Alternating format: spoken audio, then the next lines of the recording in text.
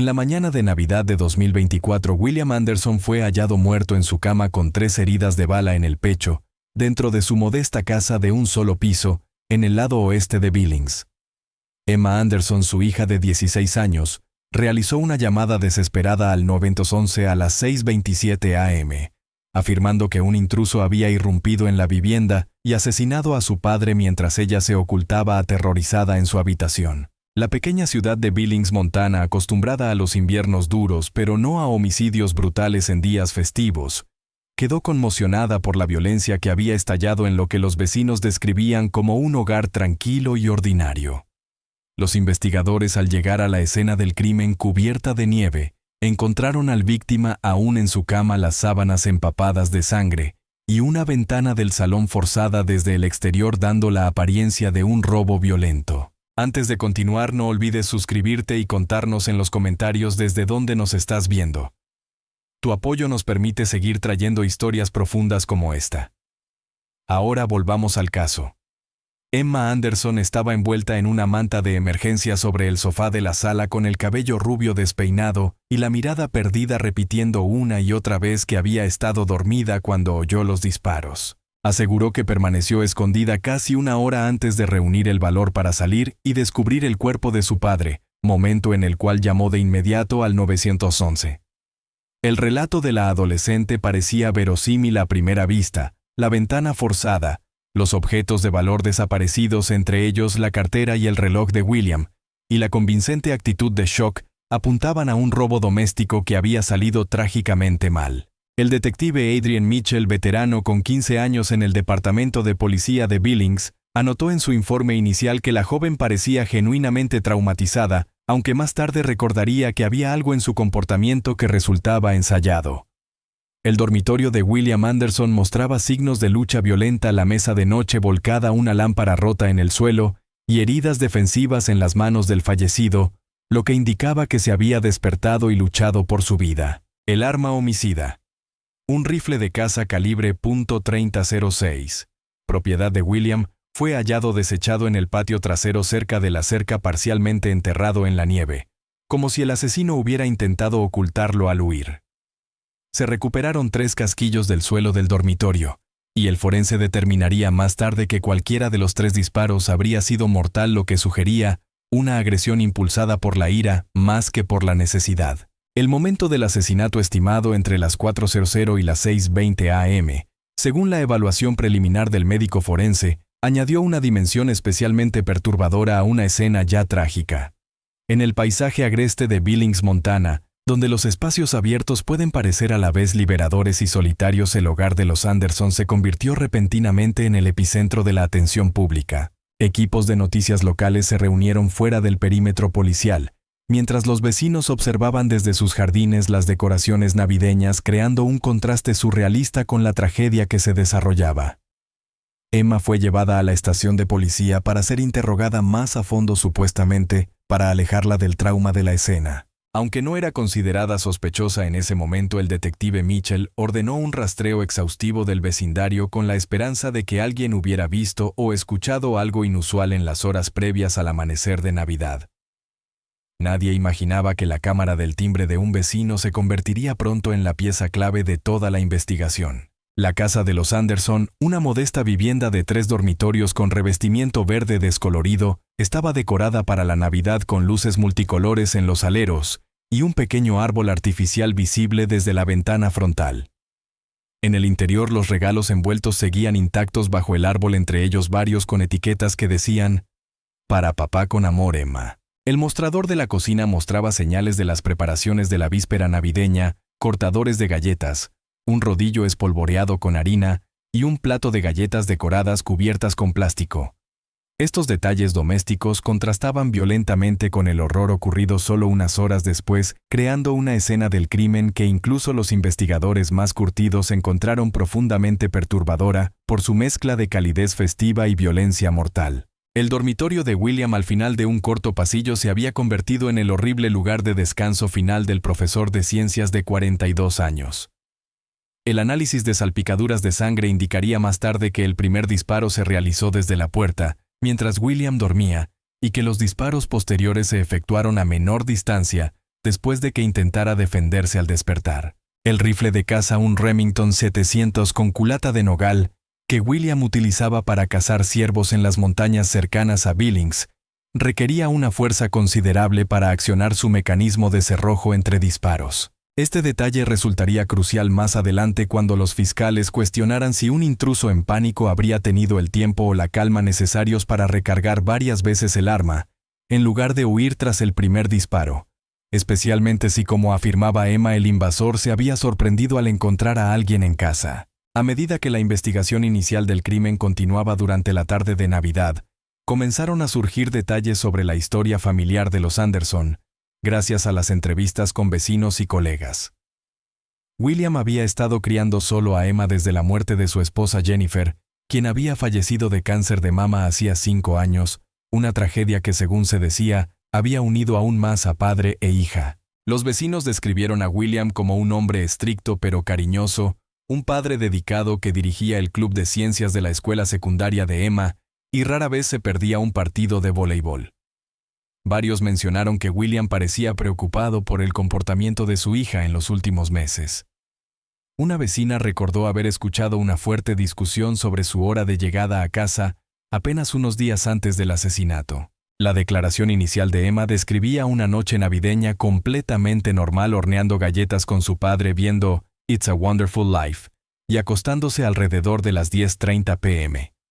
Afirmó haber dormido profundamente hasta que los disparos la despertaron poco después de las 6:00 a.m., momento en el cual se escondió en su armario aterrorizada hasta estar segura de que el intruso se había marchado. Insistió en que su puerta había estado cerrada toda la noche y que no había visto ni oído nada antes de los disparos, un detalle clave que pronto sería contradicho por pruebas inesperadas. El comportamiento de la adolescente fluctuaba entre momentos de aparente colapso emocional y periodos de calma inquietante al relatar cómo había encontrado el cuerpo ensangrentado de su padre, un patrón que los investigadores experimentados reconocieron como potencialmente inconsistente con un trauma genuino. Al caer la noche en el día de Navidad, mientras la mayoría de las familias de Billings terminaban sus cenas festivas, la casa de los Anderson seguía siendo una escena del crimen activa, bañada por la luz intensa de los reflectores policiales.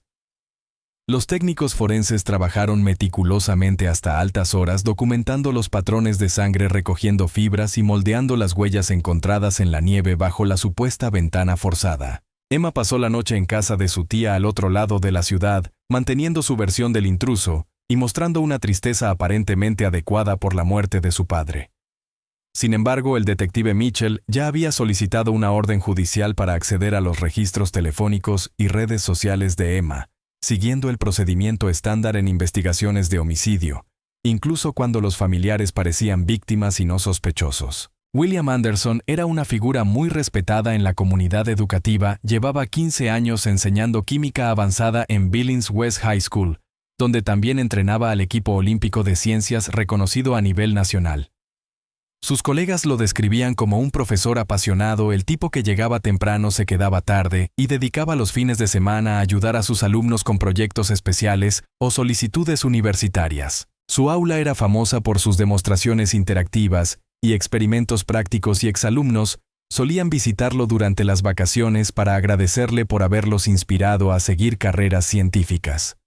William había recibido el premio al Educador Científico del Año de Montana, solo 2 años antes de su muerte, con una mención especial por su capacidad de hacer comprensibles los conceptos complejos y de motivar a sus estudiantes a superar sus propias expectativas. Más allá de sus logros profesionales, William era recordado como un padre soltero ejemplar que reorganizó toda su vida tras la muerte de su esposa para garantizar que el bienestar de Emma siguiera siendo su máxima prioridad. Las paredes de su casa en Billings estaban cubiertas de fotos familiares, padre e hija caminando por las montañas Beartooth, pescando en el río Yellowstone, sonriendo juntos en la graduación de secundaria de Emma. Los vecinos recordaban que William rechazaba invitaciones sociales o citas si interferían con las actividades de su hija, diciéndoles a sus amigos: Emma necesita estabilidad, ahora no una serie de personas nuevas en su vida. Su dedicación lo llevó a aprender a cocinar, a entender las complejidades del gusto adolescente por la moda y a convertirse en madre y padre a la vez mientras mantenía su exigente carrera como educador. Su hermana Catherine Anderson Walsh compartió en una entrevista entre lágrimas que su hermano le había expresado recientemente preocupación por los cambios en el comportamiento y las amistades de Emma. Will me llamó unas 2 semanas antes de Navidad preocupado porque Emma se estaba distanciando de él y guardaba secretos, relató Catherine al detective Mitchell. Dijo que se había vuelto muy reservada con su teléfono que rompía el toque de queda y que mentía sobre a dónde iba después de clases. Will pensaba que quizá estaba consumiendo drogas o en malas compañías, pero jamás imaginó algo que pudiera llevar a esto. Nacido y criado en Billings, William tenía raíces profundas en la comunidad de Montana, donde varias generaciones de Anderson habían vivido desde principios del siglo XX. Su padre trabajó en los ferrocarriles y su madre enseñaba en una escuela primaria inculcándole a William una ética de trabajo firme y un amor por la educación que marcarían para siempre su vida y su vocación. Después de obtener su título en química en la Universidad Estatal de Montana y completar una maestría en educación, William Anderson regresó a su ciudad natal con el propósito explícito de retribuir a la comunidad que lo había apoyado. El apellido Anderson era sinónimo de respeto en todo Billings, lo que hacía que el impactante asesinato ocurrido en Navidad resultara incomprensible para quienes lo habían conocido durante toda su vida. La pasión de William por la naturaleza era legendaria entre sus amigos y alumnos. Cada verano solía liderar expediciones al aire libre con el capítulo local del Sierra Club o participar en proyectos de conservación ambiental. Sus rifles de caza, incluido aquel que finalmente pondría fin a su vida, siempre estaban guardados con seguridad en una caja fuerte, y solo los utilizaba durante cacerías éticas en las que enseñaba a Emma a respetar la naturaleza y a tomar solo lo necesario. William donaba gran parte de la carne de venado al banco de alimentos local cada año, viendo la caza no como un deporte, sino como una conexión con el legado montañés de Montana. La ironía de que su propio rifle cuidadosamente mantenido se convirtiera en el instrumento de su muerte no pasaría desapercibida para los fiscales al construir su caso contra su hija. La víspera de Navidad antes del asesinato, había seguido las tradiciones familiares que William mantenía desde que Emma era pequeña, cortar un árbol de Navidad fresco en un área autorizada del bosque nacional cercano, hornear sus galletas de azúcar secretas y ver juntos películas navideñas clásicas. Los mensajes de texto recuperados del teléfono de William mostraban a un hombre afectuoso y optimista, enviando buenos deseos festivos a sus familiares y confirmando la cena de Navidad del día siguiente. Su último mensaje enviado a su hermana a las 9:48 p.m. del 24 de diciembre decía Feliz Navidad. Emma y yo tuvimos una linda noche horneando galletas. Tengo muchas ganas de verlos mañana. Los quiero. En la sala de profesores de Billings West High School, surgió un improvisado altar cuando la noticia de su muerte llegó a sus colegas. Pronto se llenó de velas, fotografías y decenas de notas de cariño de alumnos actuales y exalumnos. El señor A. me mostró que podía lograr cosas que nunca creí posibles, se leía en una tarjeta firmada por un exalumno que ahora estudiaba química en el MIT. Creyó en mí cuando yo no creía en mí mismo.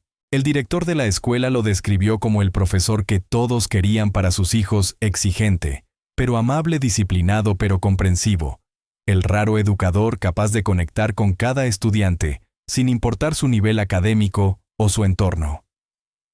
La autopsia reveló que William gozaba de excelente salud para un hombre de 42 años, sin condiciones médicas que pudieran haber reducido su esperanza de vida. El forense señaló que de no haber sido asesinado habría podido vivir entre 30 y 40 años, más tiempo suficiente para ver graduarse a Emma, acompañarla al altar, conocer a sus nietos y seguir inspirando generaciones de estudiantes.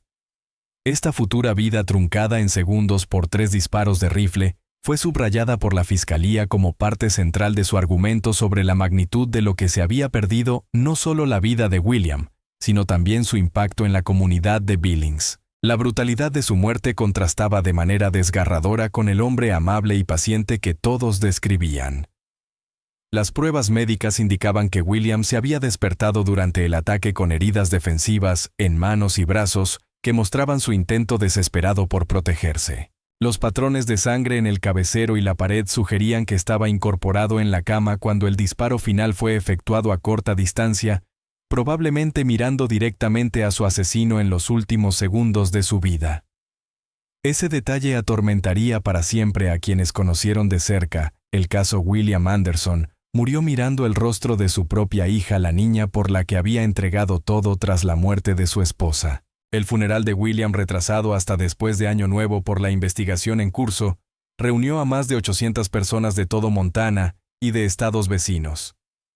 Exalumnos viajaron desde lugares tan lejanos como Boston y San Francisco para rendir homenaje al maestro que había marcado sus vidas. El gimnasio de la escuela secundaria, el único espacio lo suficientemente grande para albergar a la multitud, se llenó por completo, mientras colegas alumnos y miembros de la comunidad compartían historias sobre la bondad, sabiduría y compromiso inquebrantable de William con la educación. Emma Anderson no asistió al servicio. Su arresto había ocurrido días antes, un hecho que provocó susurros de incredulidad entre los asistentes, a pesar de los esfuerzos de Catherine Walsh, la hermana de William, por centrar la ceremonia en celebrar la vida de su hermano y no las circunstancias de su muerte. El detective Adrian Mitchell llegó a la casa de los Anderson 20 minutos después de la llamada al 911, conduciendo su vehículo policial sin distintivos por las calles vacías de Billings, en la mañana de Navidad. Conocido por su enfoque metódico y su atención al detalle, Mitchell advirtió de inmediato varias inconsistencias en la escena, despertando sus instintos investigativos y marcando el inicio de una de las investigaciones más complejas de su carrera. La ventana supuestamente forzada mostraba marcas de palanca en el marco exterior, pero el patrón resultaba extraño, demasiado limpio, demasiado deliberado, como si alguien hubiera aprendido sobre robos viendo televisión, en lugar de cometer una entrada forzada real. La casa no mostraba signos de haber sido saqueada, solo faltaban la cartera y el reloj de William, mientras que varios dispositivos electrónicos de valor permanecían a la vista en la sala de estar. El procesamiento forense inicial reveló una escena del crimen que pronto aportaría pruebas cruciales. El rifle de caza encontrado en la nieve del patio trasero no tenía huellas dactilares, ya que había sido limpiado cuidadosamente, aunque las pruebas posteriores revelarían rastros del ADN de Emma en el mecanismo de cerrojo. Las pruebas de residuos de disparo realizadas en las manos de Emma en la comisaría resultaron positivas, un hecho que ella explicó diciendo que había revisado el pulso de su padre y tocado la zona de las heridas. El informe preliminar del médico forense indicó que William había sido asesinado entre las 4:00 y las 5:30 am. Basándose en la temperatura corporal y la coagulación de la sangre, contradiciendo la afirmación de Emma de que había oído los disparos poco antes de llamar al 911 a las 6:27 am. Mientras los agentes uniformados realizaban entrevistas en el vecindario, emergió una pieza de evidencia decisiva que rompería el caso por completo. Trevor Phillips, vecino que vivía frente a la casa de los Anderson, mencionó a los oficiales que su cámara Ring del timbre tenía vista directa a la fachada de la casa, incluyendo la ventana del dormitorio de Emma. La instalé después de que nos robaran los paquetes de Navidad el año pasado, explicó Phillips. Graba cada vez que hay movimiento en la calle o alguien se acerca a la puerta. El video solicitado de inmediato por el detective Mitchell reveló una contradicción crítica en la historia de Emma. Su luz del dormitorio se veía encendiéndose y apagándose varias veces entre las 4:12 y las 5:48 am. Justo en el intervalo en que ella afirmó estar dormida hasta ser despertada por los disparos. Las imágenes de la cámara Ring se convirtieron en el punto de inflexión de la investigación al proporcionar una prueba irrefutable de que alguien estaba activo en el dormitorio de Emma durante el período crítico. La visión nocturna de la cámara mostraba claramente la ventana iluminándose y oscureciéndose repetidamente, con una actividad particularmente notable alrededor de las 4:40 am. Aproximadamente cuando el médico forense estimó que William había muerto. El detective Mitchell obtuvo una orden judicial para revisar el teléfono y la computadora portátil de Emma, basándose en estas contradicciones, sospechando que el motivo del crimen podría encontrarse en sus comunicaciones. La orden también permitió a los agentes regresar a la casa y registrar a fondo el dormitorio de Emma, donde descubrieron ropa manchada de sangre escondida dentro de un conducto de ventilación accesible al retirar una rejilla del suelo del armario. La primera entrevista policial de Emma realizada por Mitchell Mientras aún era tratada como testigo y no como sospechosa, mostró a una adolescente que mantenía una compostura sorprendente con breves destellos de emoción que nunca alcanzaban sus ojos. Relató haber oído 3 disparos distintos que la despertaron seguidos por ruidos de pasos en la casa. Tenía tanto miedo que me escondí en el armario y no hice ningún ruido, dijo Emma con voz temblorosa. Esperé hasta estar segura de que se habían ido antes de salir y encontrar a papá. Sin embargo, cuando fue confrontada con la evidencia del video, en una segunda entrevista, su historia cuidadosamente construida comenzó a resquebrajarse. Primero afirmó que podría haberse levantado al baño durante la noche, luego que a veces dejaba la luz encendida mientras dormía, y finalmente insistió en que la cámara debía estar equivocada con las marcas de tiempo. El detective Mitchell anotó en su informe que las explicaciones de Emma evolucionaban rápidamente a medida que eran refutadas por las pruebas, mostrando una inquietante capacidad para generar versiones alternativas al instante. Su adaptabilidad sugiere premeditación, no pánico, escribió Mitchell. Parece estar eligiendo la explicación más creíble de entre una lista de opciones premeditadas. El análisis forense del rifle de caza de William reveló que había sido retirado de su caja fuerte sin signos de entrada forzada. Según la hermana de William, la combinación era la fecha de nacimiento de Emma, un detalle que solo padre e hija conocían, pero que un intruso no podría haber descubierto, especialmente en el breve tiempo que supuestamente duró el robo. El mecanismo de cerrojo del rifle requería fuerza considerable para operarlo, pero las pruebas confirmaron que Emma podía hacerlo, aunque con esfuerzo, especialmente bajo los efectos de la adrenalina de una situación de alto estrés. Los 3 casquillos recuperados del suelo del dormitorio de William coincidían con la munición almacenada en el gabinete de armas, derrumbando por completo la teoría del intruso y estrechando el cerco sobre la única persona que podría haber tenido acceso al arma, al código y al momento del crimen, Emma Anderson. El informe detallado del médico forense, completado 3 días después del asesinato, ofreció una cronología escalofriante de los últimos momentos de William Anderson. El primer disparo lo había alcanzado en el pecho superior mientras yacía en la cama, probablemente dormido, perforando su pulmón derecho, aunque sin causarle la muerte inmediata. Los segundos y terceros disparos se efectuaron desde ángulos ligeramente distintos, mientras William se incorporaba e intentaba protegerse, siendo el último proyectil el que penetró su corazón, provocando una muerte casi instantánea. El informe concluyó que el asesino había estado de pie al pie de la cama durante el primer disparo, y luego se había acercado deliberadamente para realizar los siguientes, ejecutándolos con precisión, no en un acto de pánico. Los compañeros de escuela de Emma, entrevistados como parte de la creciente investigación, describieron a una adolescente cuyo comportamiento había cambiado drásticamente en los últimos meses.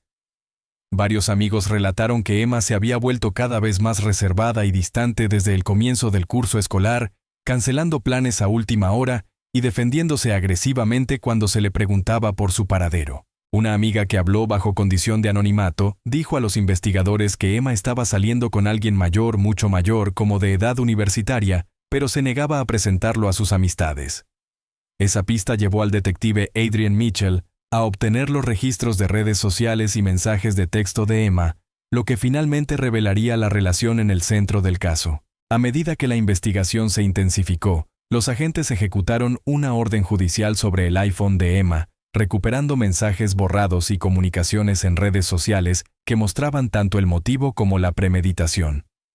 Los mensajes, intercambiados principalmente con un hombre de 23 años llamado Jake Mercer, detallaban una relación sexual que había durado aproximadamente 3 meses. Las conversaciones revelaban que William había descubierto recientemente la relación y amenazado con denunciar a Mercer a la policía por violación estatutaria, un delito que en Montana puede conllevar hasta 100 años de prisión si la víctima es menor de 16 años. Emma acababa de cumplir 16 años 2 semanas antes del asesinato, pero la relación había comenzado cuando ella tenía 15, colocando a Mercer en grave riesgo legal. Las grabaciones de la cámara Ring del vecino, inicialmente valiosas por contradecir la coartada de Emma, se volvieron aún más decisivas cuando los técnicos forenses mejoraron la imagen y lograron ver sombras moviéndose frente a la ventana del dormitorio. Al correlacionar esos movimientos con los datos celulares que mostraban el teléfono de Emma conectándose a diferentes redes Wi-Fi dentro de la casa, los investigadores pudieron ubicarla moviéndose entre su dormitorio y el de su padre durante el mismo intervalo temporal del asesinato. Esta evidencia digital, combinada con la prueba física de la ropa manchada de sangre y el residuo de disparo en las manos de Emma, transformó lo que al principio parecía una invasión doméstica trágica en algo mucho más perturbador. La decisión calculada de una hija de asesinar a su padre antes que terminar una relación prohibida. El detective Adrian Mitchell se encontraba solo en el laboratorio forense digital del Departamento de Policía de Billings, reproduciendo por sexta vez en 2 horas las imágenes de la cámara Ring. El paisaje nevado y silencioso del vecindario mostraba muy poca actividad en las horas previas al amanecer de la mañana de Navidad. Pero la ventana del dormitorio de Emma contaba una historia distinta. Mitchell había creado una línea de tiempo detallada, anotando cada momento en que la luz se encendía o apagaba. 4:12 a.m. Encendida. 4:17. Apagada. 4:22. Encendida otra vez. Y así sucesivamente, en un patrón que sugería movimiento intencional dentro de la casa. No el sueño profundo que Emma había descrito. Los ojos experimentados del detective captaron algo que había pasado por alto en visualizaciones anteriores. Una sombra cruzando la ventana a las 4:38 a.m. Movimiento en dirección al dormitorio de William, ubicado en la parte trasera de la casa. Los técnicos forenses, al procesar la escena del crimen, recuperaron 3 casquillos del suelo del dormitorio, todos dentro de un radio de 2 metros, lo que indicaba un tirador estacionario más que alguien que se movía defensivamente. El análisis de las salpicaduras de sangre narraba una historia muy distinta a la de Emma. Los patrones en las paredes y el techo mostraban que los 3 disparos se efectuaron desde la misma posición al pie de la cama de William, sin señales de lucha o caos, hasta después del primer disparo. Lo más condenatorio fue el patrón de sangre proyectada encontrado en la manga de la camiseta de dormir de Emma, escondida en el conducto de ventilación. El análisis demostró que coincidía perfectamente con la pulverización arterial del último disparo en el pecho de William. Las pruebas de residuos de disparo en las manos de Emma dieron positivo en ambas con una alta concentración en la palma derecha y entre el pulgar y el índice, un patrón característico de quien dispara un rifle, no de quien simplemente toca una herida como ella había afirmado. La imagen final era tan clara como aterradora: una adolescente fría y calculadora, levantando el arma de su propio padre en medio de la noche de Navidad, apagando una vida que había estado completamente dedicada a proteger la suya. Cuando fue confrontada con los resultados forenses durante su segunda entrevista, Emma ofreció una serie de explicaciones cada vez más inverosímiles, desde decir que debió haber tocado el rifle después de encontrarlo en el patio, hasta afirmar que había ayudado a su padre a limpiar sus armas la semana anterior. El detective Adrian Mitchell observó que las explicaciones de Emma se volvían más específicas y técnicas a medida que comprendía la debilidad de su posición, mostrando un intento calculado de crear una negación verosímil, más que una confusión genuina. El punto de inflexión llegó cuando los especialistas en informática forense recuperaron mensajes de texto eliminados del teléfono de Emma, revelando tanto el motivo como una cronología que coincidía perfectamente con las pruebas del video de la cámara Ring. Los mensajes intercambiados con Jake Mercer, un hombre de 23 años, mostraban una relación que había cruzado múltiples límites legales, éticos y familiares. «Mi papá se enteró de lo nuestro», escribió Emma a las 10:47 p.m. del 23 de diciembre. «Revisó mi teléfono mientras me duchaba y vio nuestras fotos. Está furioso y dice que va a ir a la policía después de Navidad». La respuesta de Mercer fue igual de incriminatoria. «No puede hacerme eso. Lo perdería todo: mi trabajo, mi apartamento. Podría ir a prisión. Tienes que hacerlo cambiar de opinión». El intercambio continuó con creciente desesperación, hasta que Emma escribió: «Dijo que si nos vuelve a ver juntos, llamará a la policía por violación estatutaria. No puedo dejar que eso pase». El último mensaje de Mercer, enviado a las 11:52 p.m. en la víspera de Navidad, decía: «Pase lo que pase, borra estos mensajes y recuerda que te amo. Lo resolveremos». Los datos del teléfono de Emma proporcionaron otra capa de evidencia condenatoria. Pese a afirmar que estaba dormida hasta escuchar los disparos, su teléfono se conectó a distintos puntos Wi-Fi dentro de la casa, siguiendo un patrón de movimiento durante la madrugada. A las 4:36 a.m., El dispositivo se conectó brevemente al punto de acceso de la cocina, a las 4:40 am al del pasillo, y a las 4:52 am regresó al del dormitorio. Este rastro digital coincidía perfectamente con las luces encendiéndose y apagándose en el video de la cámara Ring, creando una cronología irrefutable de los movimientos de Emma por la casa durante el asesinato. Durante la ejecución de una orden judicial en el casillero escolar de Emma, los investigadores descubrieron un cuaderno con lo que parecían ser firmas de práctica del nombre de su padre, docenas de intentos de imitar la escritura distintiva de William Anderson. Este hallazgo llevó a los analistas forenses a revisar los documentos financieros de William, donde descubrieron que alguien había intentado transferir $50,000 de su cuenta de jubilación a una nueva cuenta corriente horas antes del asesinato. La transferencia fue bloqueada por el Departamento de Fraude del banco debido al monto inusual y el momento sospechoso, evitando lo que los investigadores creyeron era un intento de Emma de asegurarse dinero para ella y Mercer después de eliminar a su padre. Jake Mercer, detenido e interrogado 3 días después del asesinato, negó al principio tener conocimiento alguno de la muerte de William, más allá de lo que había visto en las noticias locales. El gerente de turno de una tienda de electrónica de 23 años sostuvo que él y Emma eran solo amigos, y que nunca habían tenido una relación sexual, afirmación que fue refutada inmediatamente por las fotografías explícitas recuperadas de ambos teléfonos. Cuando el detective Mitchell le mostró el intercambio de mensajes sobre la amenaza de William de contactar a la policía, el comportamiento de Mercer cambió visiblemente. Su confianza inicial se desmoronó, dando paso a nerviosos tics evasivas y tartamudeos que delataban conciencia de culpa. Aunque Mercer negó haber participado directamente en el asesinato, los datos de las torres celulares ubicaron su teléfono a menos de 1 kilómetro de la casa de los Anderson, entre las 3:30 y las 4:05 am del día de Navidad, contradiciendo su coartada de haber estado dormido en su casa.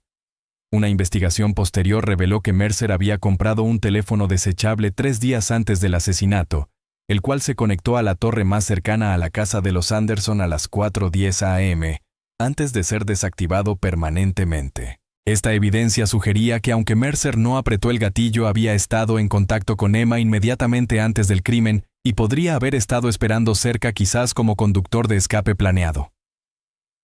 El arma del crimen, un rifle Remington 700, también apuntaba directamente a Emma. El rifle recuperado de la nieve en el patio trasero había sido limpiado de huellas, pero aún contenía microscópicas células de piel incrustadas en la empuñadura de madera, cuyo ADN coincidía con el de Emma.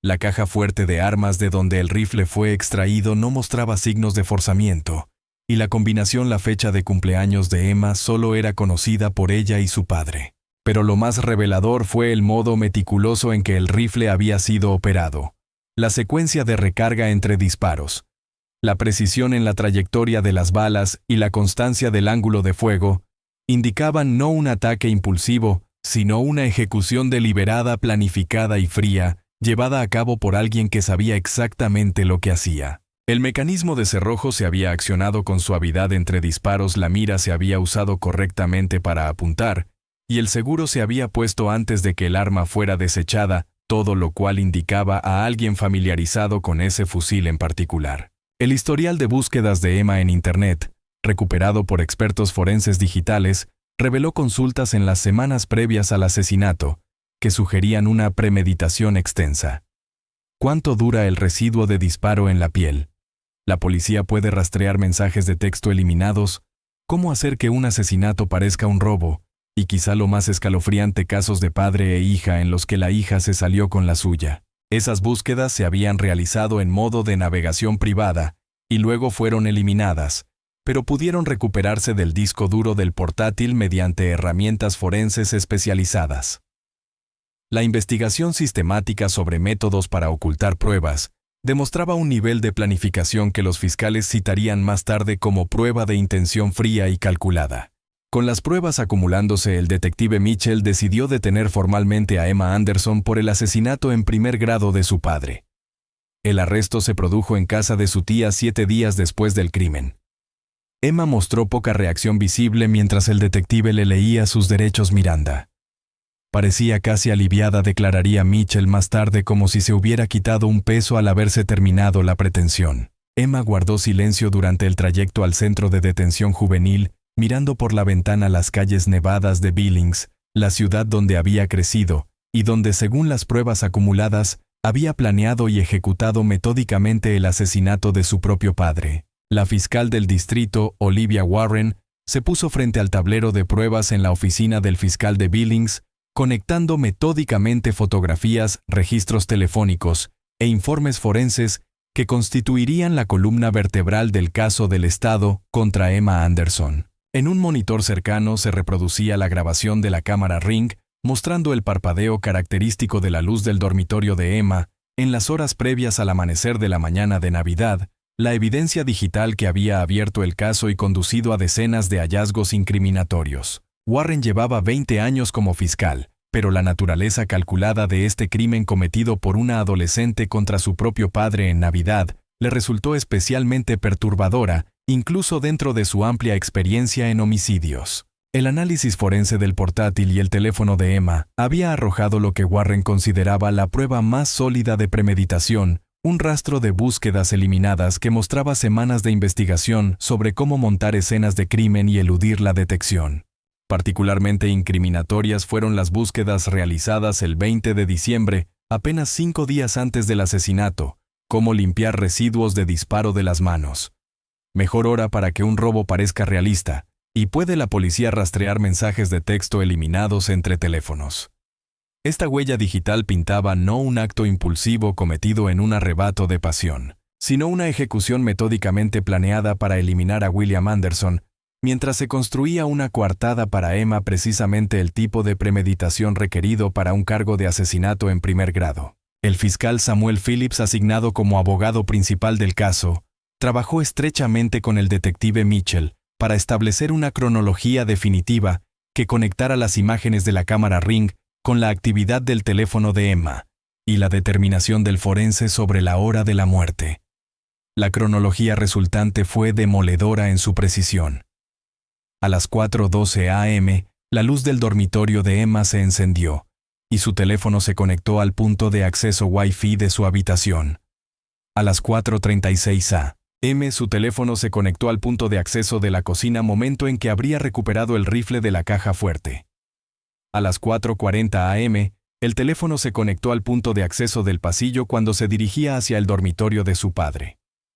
Y a las 4:43 a.m., la hora estimada por el forense para el primer disparo según cálculos de coagulación sanguínea y temperatura corporal. Esta línea temporal, respaldada por múltiples fuentes independientes de evidencia, desmontó sistemáticamente la afirmación inicial de Emma de haber estado dormida hasta oír disparos alrededor de las 6:30 a.m. La relación entre Emma y Jake Mercer emergió como el motivo central en la teoría de la fiscalía. Mensajes de texto recuperados de ambos dispositivos revelaron que William había descubierto la relación inapropiada apenas 2 días antes de Navidad y había amenazado con denunciar a Mercer por violación estatutaria una vez pasadas las fiestas. Los textos de Emma a Mercer mostraban pánico creciente ante esa amenaza, culminando en el mensaje enviado a las 11:26 p.m. de la Nochebuena. Se lo ha tomado en serio. Me mostró la ley estatal en su ordenador y dijo que podrías recibir 100 años porque yo tenía 15 cuando empezamos. No puedo dejar que arruine tu vida así. Lo resolveré esta noche. La contabilidad forense reveló además que Emma había intentado acceder a las cuentas financieras de su padre en las horas previas al asesinato, obtuvo las contraseñas bancarias del diario personal de William, e intentó iniciar una transferencia de $50,000 a una cuenta corriente recién abierta a su nombre. La transferencia había sido automáticamente bloqueada por el sistema de prevención de fraude del banco debido al monto inusual y al momento en que se intentó, lo que impidió que los fondos se movieran. Sin embargo, proporcionó a los fiscales una prueba contundente de que Emma no solo había planeado eliminar a su padre, sino también asegurar recursos económicos para su futuro con Mercer. Los registros bancarios también mostraron que Mercer había estado buscando apartamentos en Seattle, lo que sugería que la pareja planeaba huir de Montana después del asesinato. El arma homicida ofreció pruebas críticas que vinculaban directamente a Emma con el crimen. Aunque el rifle había sido limpiado de huellas, el análisis de ADN de células epiteliales encontradas en la culata de madera coincidió con el perfil genético de Emma con una probabilidad del 99,997%. El lugar donde se halló el arma parcialmente enterrada en la nieve cerca de la cerca trasera de la propiedad de los Anderson coincidía exactamente con las huellas que partían de la puerta trasera de la casa. El patrón de acumulación de nieve indicaba que esas huellas habían sido hechas poco después de las 5 a.m. de la mañana de Navidad. Lo más significativo era que las huellas coincidían en tamaño y dibujo con las botas de invierno de Emma recuperadas de su armario, aún con restos de nieve en la suela pese a un intento evidente de limpiarlas. La implicación de Jake Mercer en la fase de planificación se volvió cada vez más clara conforme los investigadores reconstruyeron sus comunicaciones con Emma. Aunque no había pruebas suficientes para acusarlo como cómplice directo del asesinato, los fiscales construyeron un caso convincente de que Mercer conocía y apoyaba tácitamente los planes de Emma. Los datos de las torres celulares ubicaban su teléfono principal a menos de 1 kilómetro de la casa de los Anderson hasta alrededor de las 4:05 a.m. del día de Navidad, y un teléfono prepago que Mercer había comprado 3 días antes del crimen se conectó a la torre más cercana a la residencia a las 4:10 a.m., antes de ser desactivado permanentemente. Este patrón sugería que Mercer esperaba cerca posiblemente como conductor de fuga planeado antes de abandonar esa parte del plan, cuando la correlación entre su teléfono prepago y su número principal comenzó a levantar sospechas. Las pruebas de sangre recuperadas en la escena contaban una historia que contradecía cada elemento de la versión inicial de Emma sobre un intruso. Los patrones de salpicaduras en las paredes y el techo del dormitorio de William indicaban que los 3 disparos se efectuaron desde la misma posición al pie de la cama, con el tirador permaneciendo inmóvil, no defendiéndose en una pelea. La sangre hallada en la camiseta de dormir de Emma escondida en el conducto de ventilación de su dormitorio mostraba un patrón de pulverización arterial consistente con el tercer y último disparo al pecho de William, un patrón que solo pudo haberse producido si Emma estaba a unos 1.2 metros de su padre cuando la bala fatal le atravesó el corazón. Lo más incriminatorio fue la presencia del ADN tanto de Emma como de William en manchas de sangre sobre el dial de la caja fuerte, lo que sugería que Emma había devuelto la llave al gabinete de armas después del asesinato, aún con la sangre de su padre en las manos. Las entrevistas con amigos y compañeros de clase revelaron que Emma se había vuelto cada vez más reservada y aislada en los meses previos al crimen, alejándose de sus círculos sociales anteriores y mintiendo sobre sus salidas para reunirse con Mercer. Varios amigos recordaron episodios en los que Emma se mostraba frustrada con las reglas estrictas de su padre, especialmente sobre las citas, y el toque de queda, con una amiga rememorando que Emma le dijo en noviembre: «A veces desearía poder tomar mis propias decisiones, sin que él controle todo». Aunque esas palabras podrían sonar como quejas adolescentes comunes en el contexto del asesinato, adquirieron un tono mucho más siniestro, reflejando un resentimiento creciente que finalmente culminó en violencia. La hermana de William Anderson, Catherine Walsh, proporcionó a los fiscales contexto crucial sobre la dinámica familiar en los meses previos al asesinato. Catherine relató una conversación con su hermano 3 días antes de su muerte, en la que William expresó serias preocupaciones por la relación de Emma con un hombre mayor. Will me dijo que había encontrado fotos inapropiadas en el teléfono de Emma y la había enfrentado para saber quién era ese tipo, declaró Catherine en su entrevista como testigo. Cuando se dio cuenta de que el hombre tenía 23 años, se horrorizó y le dijo a Emma que eso era ilegal y peligroso. Emma aparentemente se enfureció, gritándole que le arruinaba la vida y que no podía controlar a quien amaba.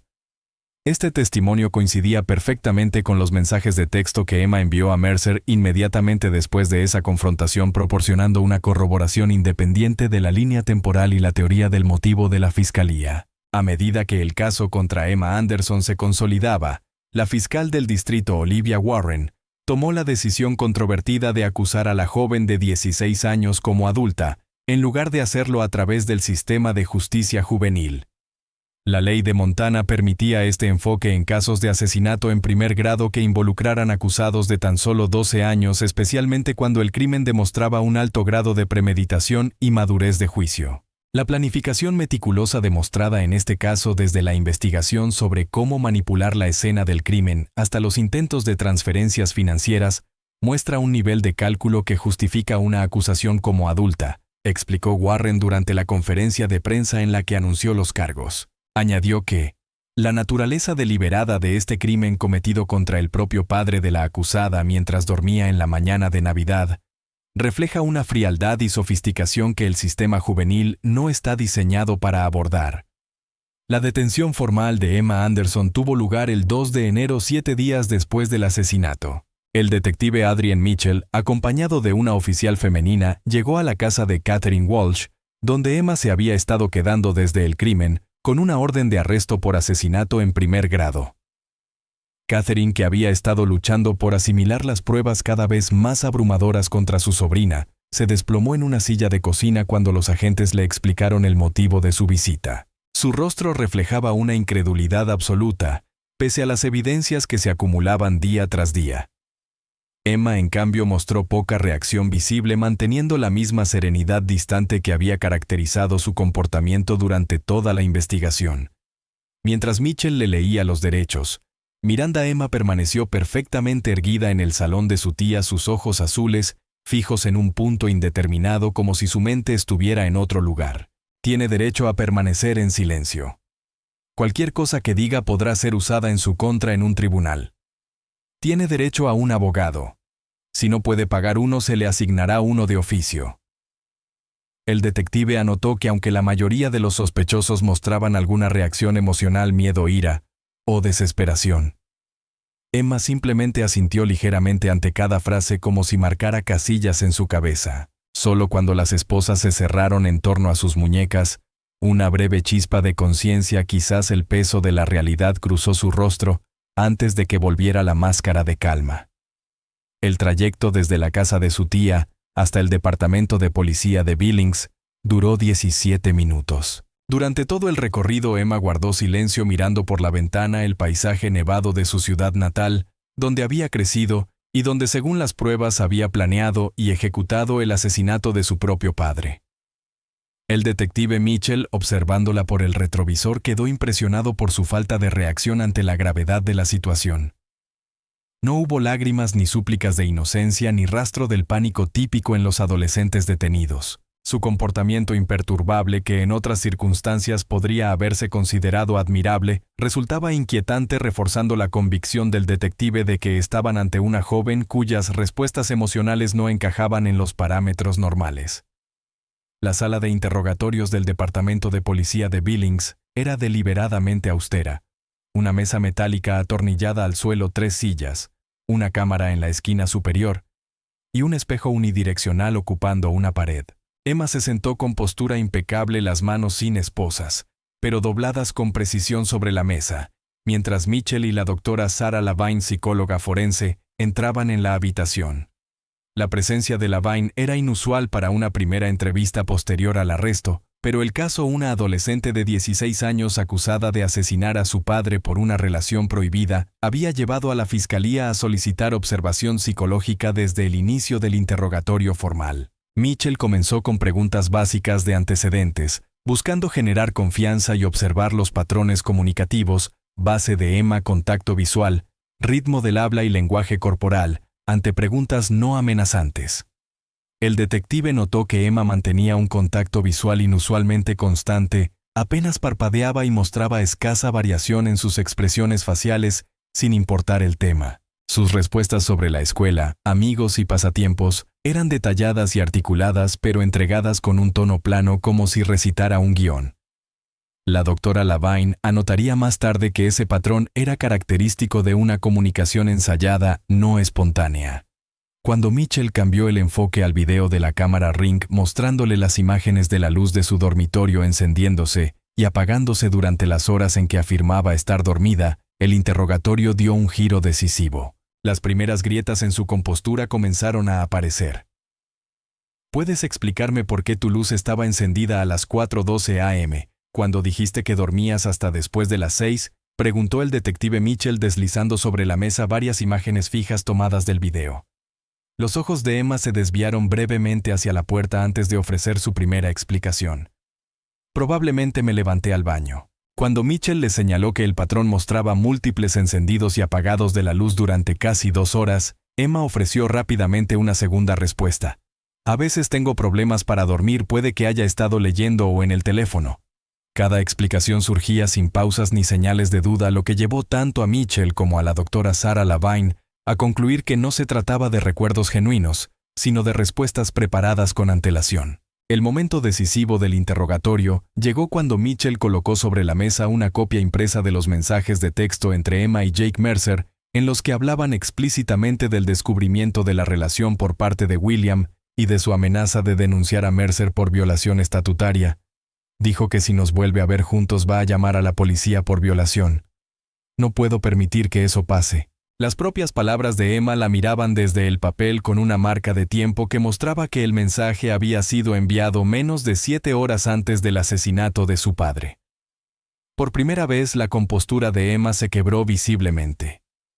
Sus ojos se abrieron con sorpresa, su respiración se aceleró y su mano derecha se movió de forma inconsciente hacia su cuello, una reacción fisiológica clásica al estrés. No lo decía en serio, balbuceó Emma con la voz más aguda y rápida que unos momentos antes.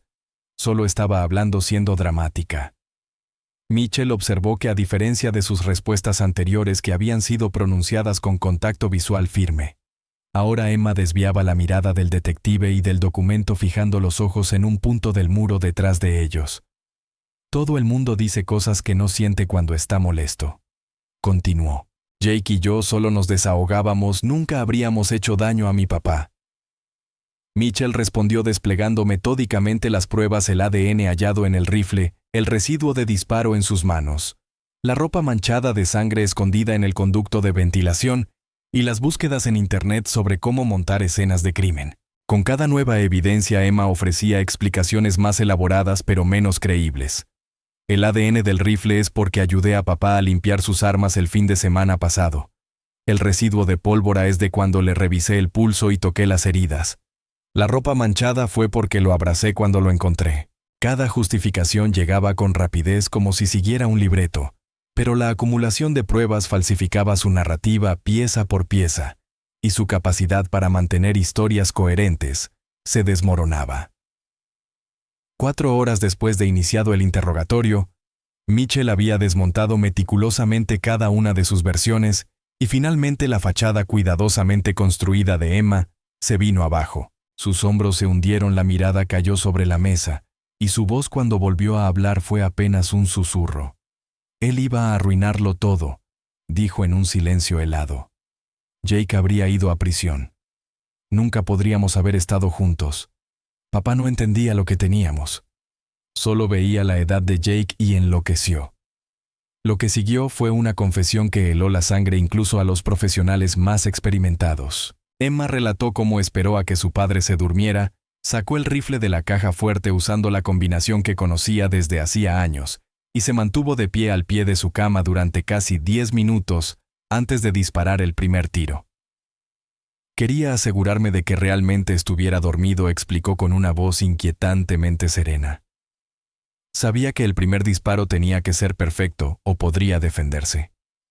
Era fuerte, mucho más fuerte que yo. La frialdad clínica con la que describió calcular trayectorias de bala, accionar el cerrojo entre disparos y observar los últimos momentos de su padre impresionó profundamente a la doctora Lavine, quien luego testificaría que aquello revelaba una capacidad inusual para compartimentar emociones y mantener el enfoque en la tarea incluso bajo circunstancias extremas. Cuando Mitchell le preguntó qué había sentido en el momento de apretar el gatillo, la respuesta de Emma fue quizás el aspecto más perturbador de toda la confesión. No sentí nada, dijo Emma con una serenidad gélida.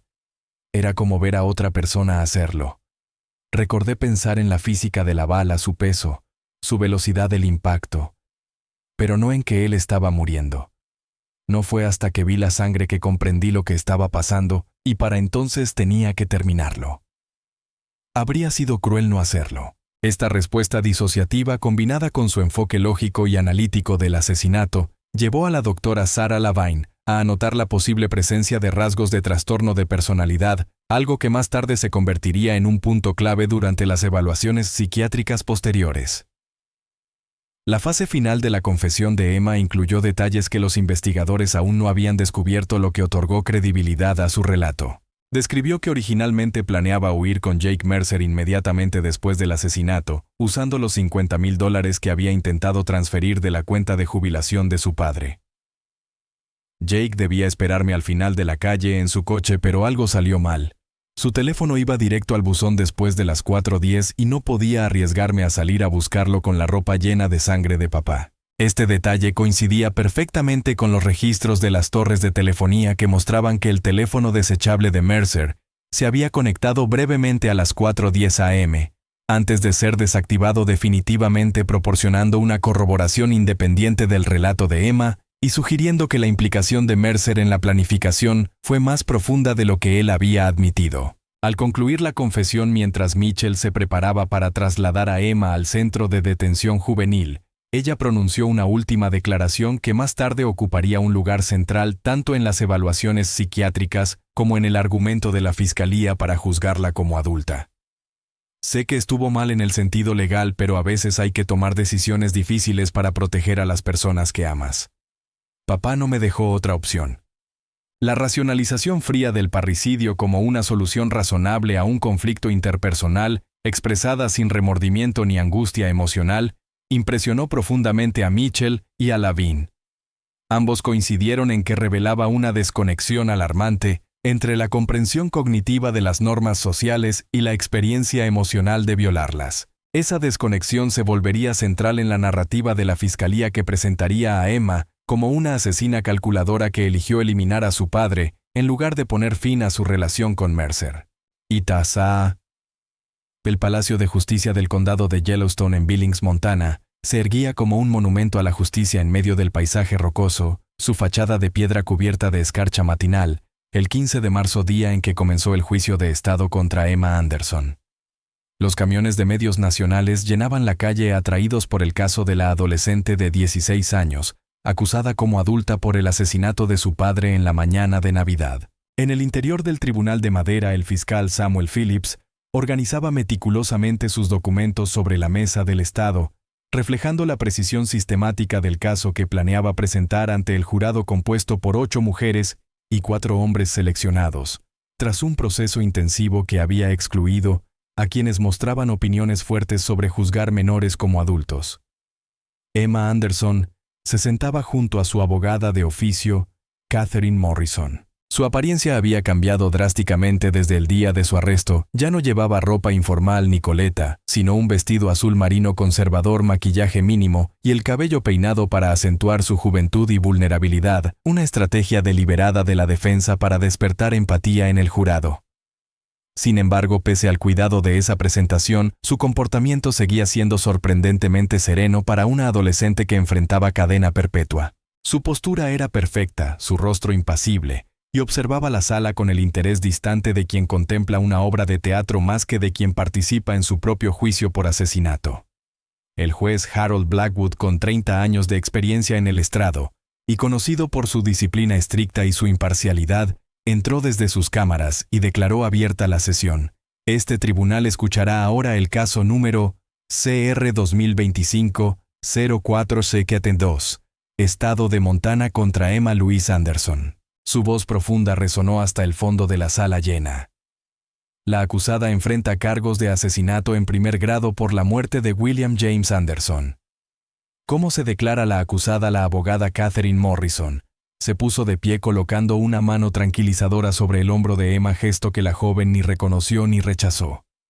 Su señoría, mi clienta se declara no culpable por razón de capacidad disminuida. Esa defensa constituía la estrategia central. No negaba que Emma hubiese matado a su padre, pero argumentaba que su edad, su estado emocional y la influencia coercitiva de su novio mayor la hacían incapaz de tomar decisiones plenamente deliberadas, requisito esencial para una condena por asesinato premeditado en primer grado. El objetivo era lograr una reducción a homicidio en segundo grado o a homicidio involuntario, o incluso que el caso fuera remitido al tribunal de menores, donde Emma enfrentaría un máximo de detención hasta los 21 años en lugar de cadena perpetua. Morrison había trabajado durante semanas con expertos psiquiátricos quienes testificarían que el cerebro adolescente de Emma, combinado con la manipulación emocional de un hombre mucho mayor, había creado una tormenta perfecta de juicio deteriorado.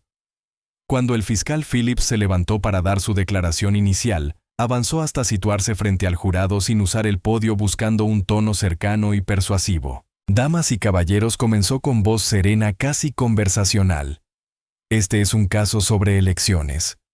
Elecciones difíciles, elecciones calculadas, y finalmente una elección para acabar con una vida humana. La evidencia demostrará que en la mañana de Navidad de 2024, la acusada Emma Anderson tomó una serie de decisiones deliberadas que resultaron en la muerte de su padre William Anderson. El fiscal Samuel Phillips presentó meticulosamente la cronología del caso, subrayando las pruebas que demostraban la premeditación, las búsquedas en Internet sobre cómo montar escenas de crimen y limpiar residuos de disparo, el intento de transferir dinero desde las cuentas de William y los mensajes de texto que revelaban el motivo, el descubrimiento de William sobre la relación de Emma con Jake Mercer, un hombre de 23 años, y su amenaza de denunciarlo por violación estatutaria. Esto no fue un acto impulsivo de pasión ni un momento de locura temporal. Phillips dijo al jurado: las pruebas mostrarán semanas de planificación, una ejecución cuidadosa y esfuerzos calculados para encubrir el crimen después. La acusada investigó cómo hacer que un asesinato pareciera un robo, practicó la firma de su padre para acceder a su dinero, y creó una elaborada narrativa falsa sobre un intruso que mantuvo hasta ser confrontada con evidencia irrefutable. Luego el fiscal introdujo lo que se convertiría en el elemento central del caso del Estado: las imágenes de la cámara Ring del timbre de la casa del vecino frente a la de los Anderson. Este dispositivo de seguridad doméstico aparentemente insignificante captó algo que la acusada nunca anticipó: prueba de que estaba despierta y moviéndose por la casa durante el mismo periodo de tiempo en que su padre fue asesinado, contradiciendo directamente su afirmación de haber estado dormida hasta escuchar los disparos. En una gran pantalla se mostraron imágenes fijas del video donde se veía la luz del dormitorio de Emma encendiéndose y apagándose en momentos clave. Esta evidencia digital, combinada con los registros de su teléfono móvil que la ubicaban en distintas partes de la casa en los mismos momentos, establecerá más allá de toda duda razonable que Emma Anderson no solo estaba despierta, sino que estaba ejecutando activamente un plan de asesinato durante las horas en que afirmó estar dormida. Phillips luego abordó de frente la estrategia de la defensa sobre la capacidad disminuida, una decisión táctica destinada a neutralizar su impacto antes incluso de que fuera presentada. Escucharán argumentos de que Emma Anderson era demasiado joven, demasiado emocional, demasiado influenciada por un novio mayor para ser plenamente responsable de sus actos, dijo.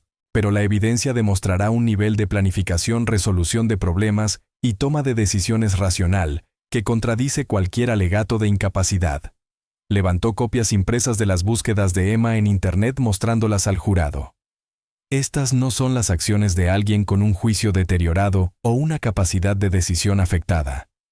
Son los preparativos metódicos de alguien que ha decidido que el asesinato es una solución a sus problemas y que toma medidas para no ser descubierta. La declaración inicial de la abogada defensora Catherine Morrison ofreció una interpretación radicalmente distinta de los mismos hechos, presentando a Emma como una víctima de un hombre mayor que manipuló un cerebro, aún en desarrollo, incapaz de controlar impulsos o ejercer juicio maduro, y de una sociedad que sexualiza a las adolescentes mientras las castiga por responder a la atención adulta. Emma Anderson tenía 15 años cuando conoció a Jake Mercer, dijo Morrison, su voz cargada de una indignación contenida. Un hombre 7 años mayor que la aisló sistemáticamente de sus amigos y su familia, mientras mantenía con ella una relación sexual ilegal. Lo que la fiscalía llama planificación fue en realidad la desesperada lucha de una niña traumatizada, convencida por su abusador adulto de que la intervención adecuada de su padre destruiría sus vidas. Morrison abordó directamente la evidencia de la cámara Ring, reconociendo su precisión fáctica pero replanteando su significado. Sí, Emma estaba despierta durante esas horas. Sí, tomó el rifle. Sí, acabó con la vida de su padre. Estos hechos no están en disputa. Hizo una pausa mirando a varios miembros del jurado antes de continuar. Lo que está en disputa es si una chica de 16 años sometida a manipulación psicológica por un depredador sexual adulto a quien se le repitió una y otra vez que su padre arruinaría sus vidas, poseía realmente la plena capacidad para premeditar un asesinato, en el sentido legal que exige una condena por homicidio en primer grado. La evidencia demostrará, concluyó Morrison, que Emma actuó bajo una angustia emocional extrema, con un cerebro fisiológicamente incapaz del tipo de evaluación racional de riesgos y control de impulsos que esperamos de los adultos. Al concluir las declaraciones iniciales, el juez Harold Blackwood instruyó a la fiscalía para que llamara a su primer testigo, y Samuel Phillips anunció: el Estado llama al detective Adrian Mitchell. El veterano investigador subió al estrado, prestó juramento y comenzó a establecer metódicamente los hechos básicos del caso. La llamada al 911, en la mañana de Navidad, las primeras observaciones de la escena del crimen y el giro gradual que llevó a los investigadores a pasar de ver a Emma Anderson como una víctima a identificarla como la principal sospechosa. El testimonio de Mitchell fue entregado con una precisión fría y profesional carente de dramatismo, permitiendo que los hechos hablaran por sí mismos. Phillips mostró fotografías de la escena del crimen en la pantalla del tribunal, el cuerpo de William Anderson en su cama, las sábanas empapadas de sangre y las 3 heridas de bala en el pecho. La brutalidad de las imágenes provocó reacciones visibles entre los miembros del jurado, varios de los cuales fruncieron el ceño o apartaron la vista. Emma, sin embargo, no mostró ninguna reacción discernible ante las fotografías del cuerpo de su padre, una falta de emoción que no pasó desapercibida para los jurados pese a las instrucciones del juez de concentrarse en la evidencia y no en la actitud de la acusada. Mitchell explicó la trayectoria de cada bala, la ausencia de heridas defensivas en las manos de William, lo que sugería que dormía cuando recibió el primer disparo, y la evidencia de que la persona que disparó permaneció prácticamente en la misma posición durante los 3 tiros. Luego describió el hallazgo que había abierto el caso, las imágenes de la cámara Ring del timbre del vecino, que contradecían la coartada de Emma. Esta evidencia fue crucial porque establecía que había actividad en el dormitorio de Emma durante el mismo periodo en que William Anderson fue asesinado. Mientras Phillips proyectaba los fragmentos relevantes del video, el detective explicó: el patrón de luces muestra actividad a las 4:12 am, 4:22 am, 4:36 am, y en varios momentos más, contradiciendo directamente la declaración de la señorita Anderson de que había dormido hasta escuchar los disparos alrededor de las 6:30 am. Durante el contrainterrogatorio, la abogada defensora Catherine Morrison intentó humanizar a Emma mientras cuestionaba a Mitchell, enfocándose en su edad, su estado emocional inmediatamente después del asesinato y la posible naturaleza coercitiva de las técnicas de interrogatorio policial utilizadas con adolescentes. Detective, ¿estaría de acuerdo en que los adolescentes a menudo toman decisiones impulsivas sin considerar completamente las consecuencias?, preguntó Morrison. Mitchell reconoció este principio general, pero sostuvo que las acciones de Emma habían mostrado planificación sistemática, no impulsividad. Y estaría de acuerdo en que el cerebro de una joven de 16 años no está completamente desarrollado en cuanto al control de impulsos y la evaluación del riesgo, insistió Morrison. Nuevamente el detective concedió el punto general, pero subrayó que en el caso de Emma existían indicios claros de deliberación y cálculo. El momento más dramático del testimonio de Mitchell llegó cuando Phillips presentó los mensajes de texto recuperados entre Emma y Jake Mercer, mostrándolos en la pantalla del tribunal para que el jurado los leyera. Si nos vuelve a atrapar juntos, llamará a la policía por lo de la violación estatutaria. No puedo permitir que eso pase. Las palabras de Emma, enviadas apenas unas horas antes del asesinato de su padre, flotaron en la sala como una confesión. Morrison objetó la presentación de los mensajes sin un contexto adecuado, argumentando que eran las palabras desesperadas de una menor manipulada, no una prueba de intención homicida. Pero el juez Blackwood rechazó la objeción, permitiendo que los textos permanecieran como evidencia para que el jurado los interpretara. Al finalizar el primer día de testimonio, Phillips había establecido una base sólida para la acusación, presentando evidencia concreta de los movimientos de Emma en la mañana de Navidad, a través de las imágenes de la cámara Ring, e introduciendo los mensajes de texto que revelaban un motivo claro para el crimen. Mientras tanto, Morrison había comenzado a construir los cimientos de la defensa, por capacidad disminuida, destacando la juventud de Emma y la posible influencia coercitiva de su relación con Mercer. El escenario estaba preparado para un juicio que no solo exploraría los hechos del asesinato de William Anderson, sino también cuestiones más amplias sobre el desarrollo cerebral adolescente, la responsabilidad penal y el modo en que el sistema de justicia trata a menores acusados como adultos. El doctor Raymond Griffith, perito en forencia digital del Estado, subió al estrado en el cuarto día del juicio. Su lenguaje técnico y su porte académico otorgaron credibilidad científica al testimonio más complejo y determinante contra Emma Anderson. Con 20 años de experiencia en análisis de evidencia digital y un doctorado en ciencias de la computación, Griffith explicó meticulosamente cómo múltiples sistemas digitales independientes habían registrado los movimientos de Emma en la mañana de Navidad, creando lo que él denominó una línea de tiempo de huella digital que contradecía su coartada inicial en todos los puntos. El experto ajustó sus gafas mientras la fiscalía mostraba un gráfico cronológico que integraba las imágenes de la cámara Ring, los datos del teléfono celular y los registros de conexión Wi-Fi en un solo marco temporal, ubicando a Emma moviéndose por la casa exactamente cuando su padre fue asesinado. La cámara Ring frente a la casa captó la luz del dormitorio de Emma encendiéndose a las 4:12 a.m., explicó Griffith señalando el fragmento correspondiente del video. En ese mismo instante, los datos celulares muestran que su teléfono se conectó al punto de acceso Wi-Fi de su habitación. Este patrón continúa a medida que se desplaza por la casa. A las 4:36 a.m., su teléfono se conecta al Wi-Fi de la cocina, lo que coincide con los cambios en el patrón de luz visibles en el video. A las 4:40 a.m., se conecta al punto de acceso del pasillo.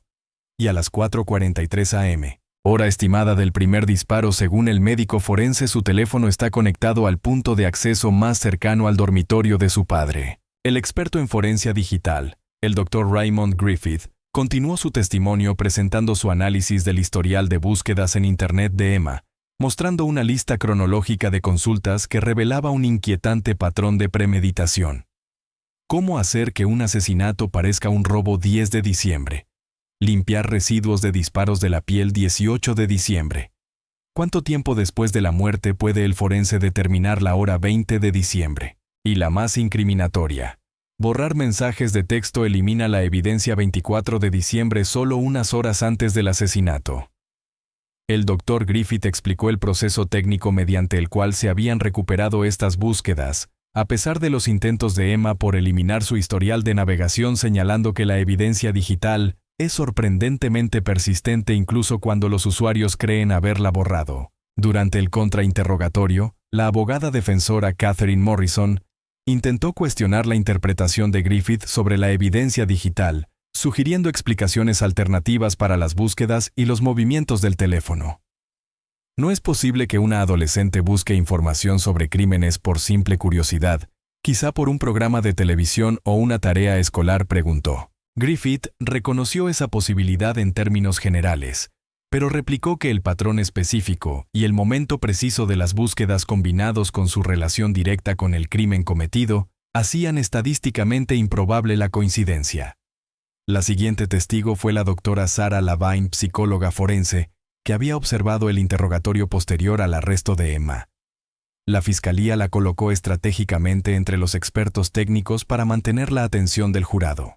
La doctora Lavine describió la extraña presentación emocional de Emma durante el interrogatorio, su afecto plano, su rapidez para generar explicaciones alternativas al ser confrontada con evidencia, y lo más notable, su falta de respuesta emocional al hablar de la muerte de su padre. Lo que me resultó particularmente impactante, declaró la psicóloga, fue la capacidad de la señorita Anderson para describir el acto físico de disparar 3 veces a su padre, con un desapego notable, como si estuviera narrando una escena de película en lugar de sus propias acciones.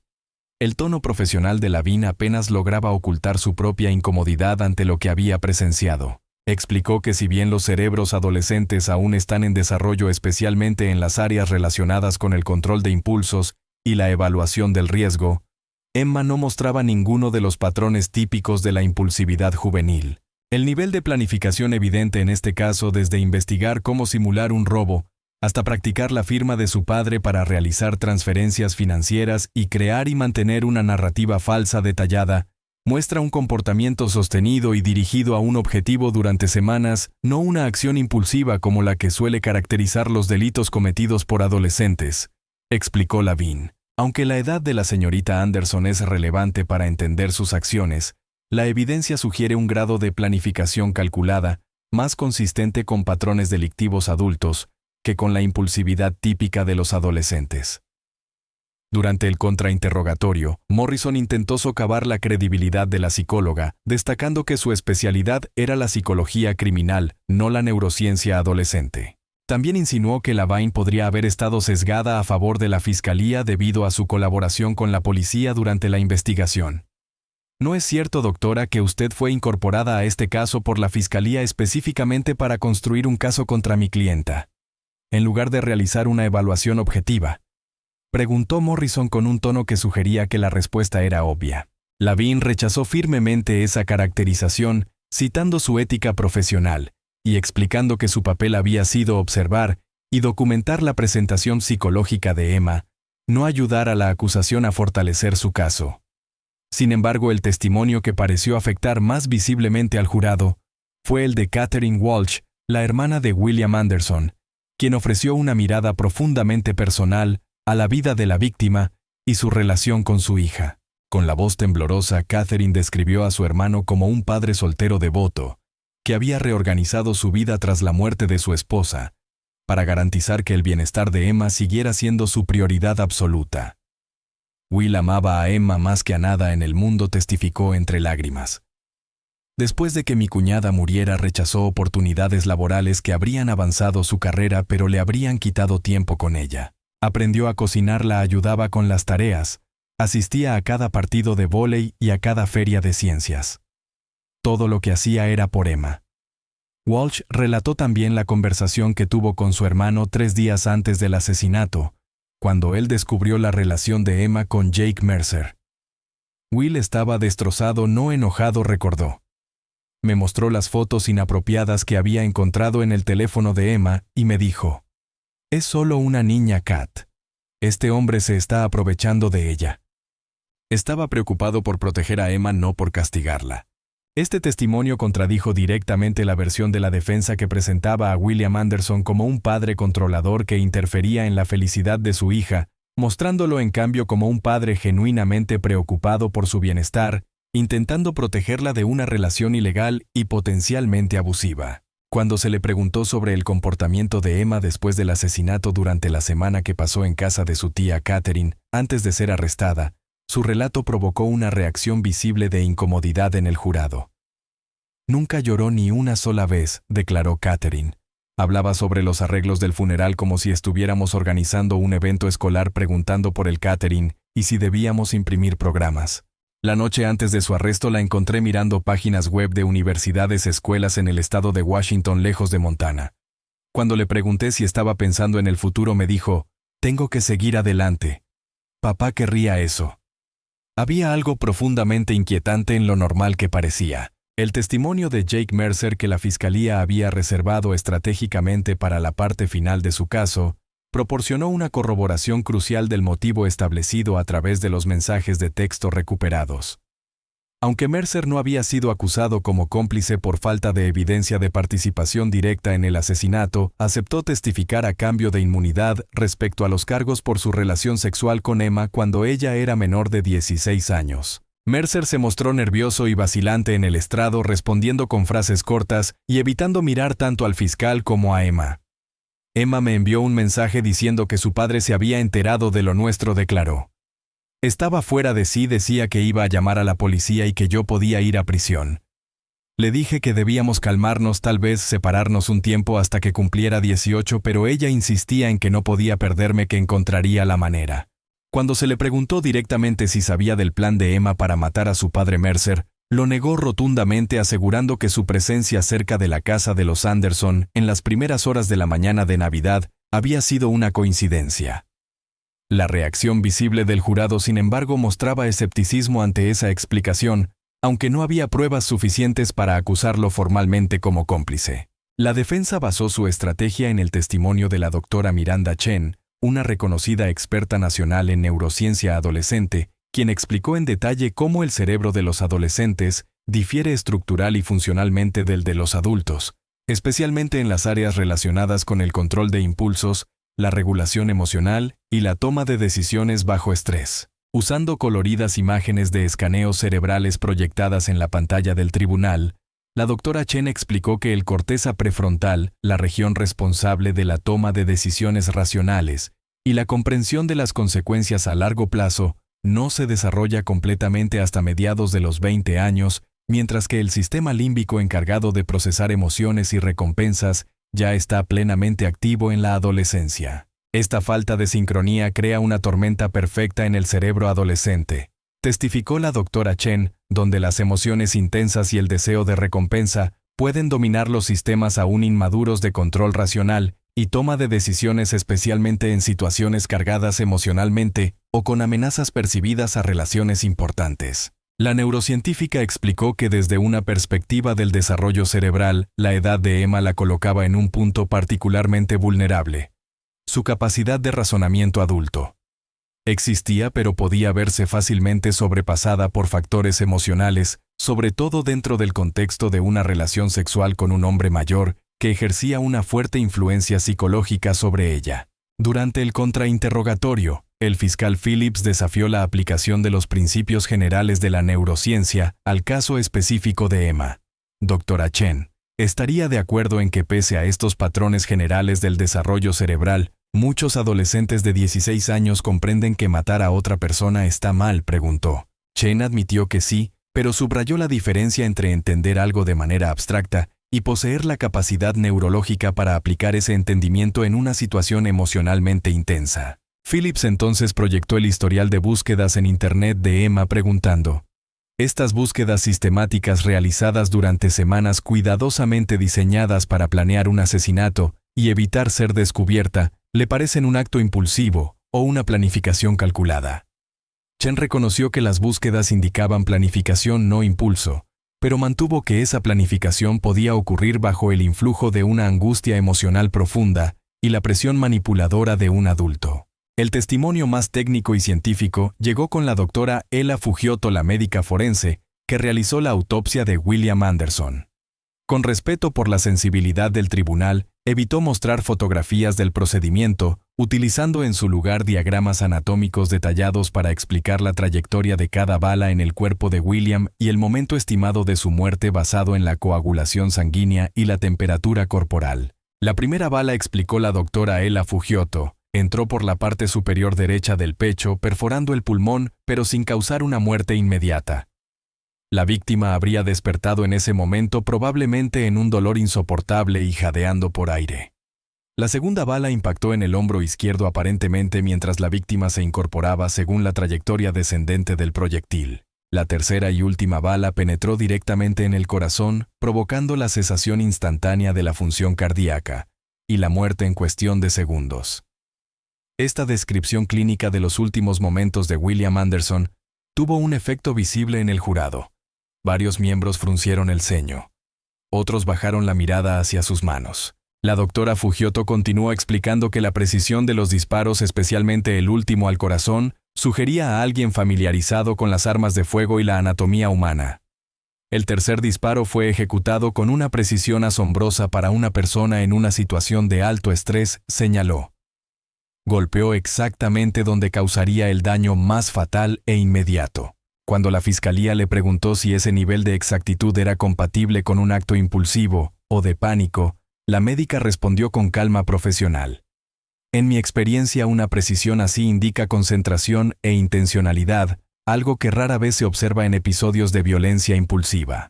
A medida que la fase probatoria del juicio se acercaba a su fin, Emma Anderson decidió subir al estrado contra el consejo de su equipo defensor, una decisión que resultaría determinante en la percepción del jurado.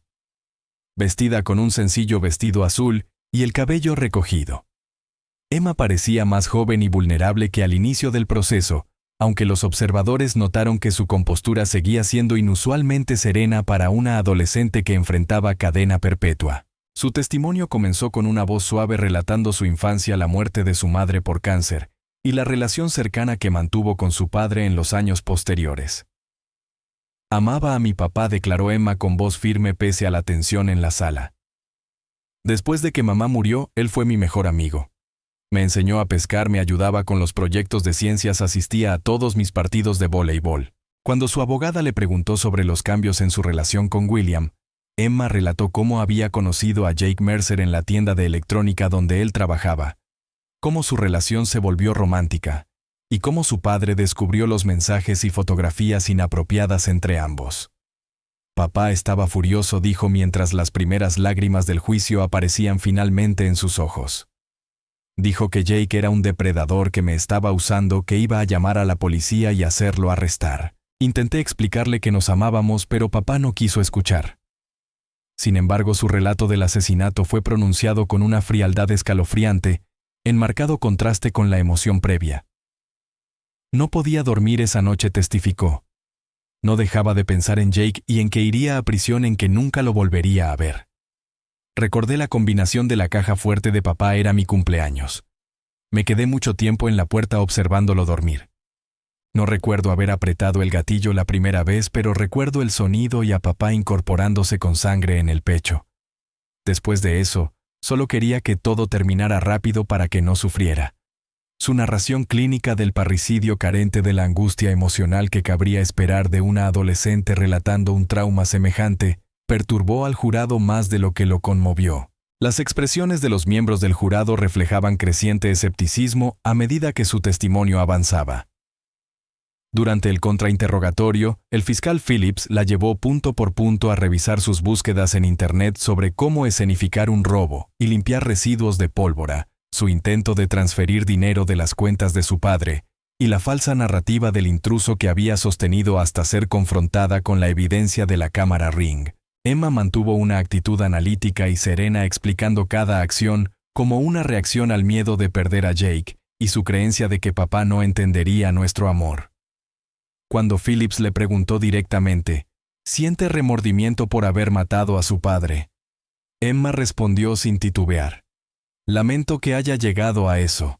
Ojalá hubiera habido otra solución. La ausencia total de lenguaje emocional, sin mencionar extrañar a su padre, amarlo o desear deshacer lo ocurrido, flotó en la sala como una confesión silenciosa, un reflejo del desconecte emocional que le había permitido matar a su propio padre en nombre de una relación prohibida. El 2 de abril, tras 7 días de testimonio y 14 horas de deliberación, el jurado en el caso Estado versus Emma Anderson regresó al Tribunal del Condado de Yellowstone para emitir su veredicto. La sala, repleta de periodistas y ciudadanos, cayó en un silencio absoluto, mientras los 12 jurados entraban uno por uno con expresiones graves y decididas y tomaban asiento en el estrado. El juez Harold Blackwood, con su toga negra contrastando con la cálida madera de la sala, se dirigió al grupo. Ha llegado el jurado a un veredicto. La portavoz del jurado, una mujer de mediana edad con el cabello entrecano y gafas de montura fina, se levantó y respondió con voz firme. Sí, su señoría, lo hemos hecho. El alguacil tomó el formulario del veredicto, lo entregó al juez Blackwood, quien lo leyó brevemente antes de devolverlo para que fuera leído en voz alta ante la corte expectante. La sala del tribunal pareció contener la respiración colectiva cuando la portavoz del jurado se puso de pie nuevamente y desplegó el papel que sostenía entre sus manos. En el caso del estado de Montana contra Emma Louise Anderson por el cargo de asesinato en primer grado, nosotros, el jurado, encontramos a la acusada. Hizo una pausa, cruzando la mirada con Emma por un brevísimo instante. Culpable. Una oleada de murmullos recorrió la galería, rápidamente silenciada por el golpe del mazo del juez. Catherine Walsh se cubrió el rostro con las manos, los hombros temblando por los sollozos silenciosos. No lloraba por el veredicto en sí, lo había esperado, sino por la sensación definitiva de que su familia quedaba destruida para siempre.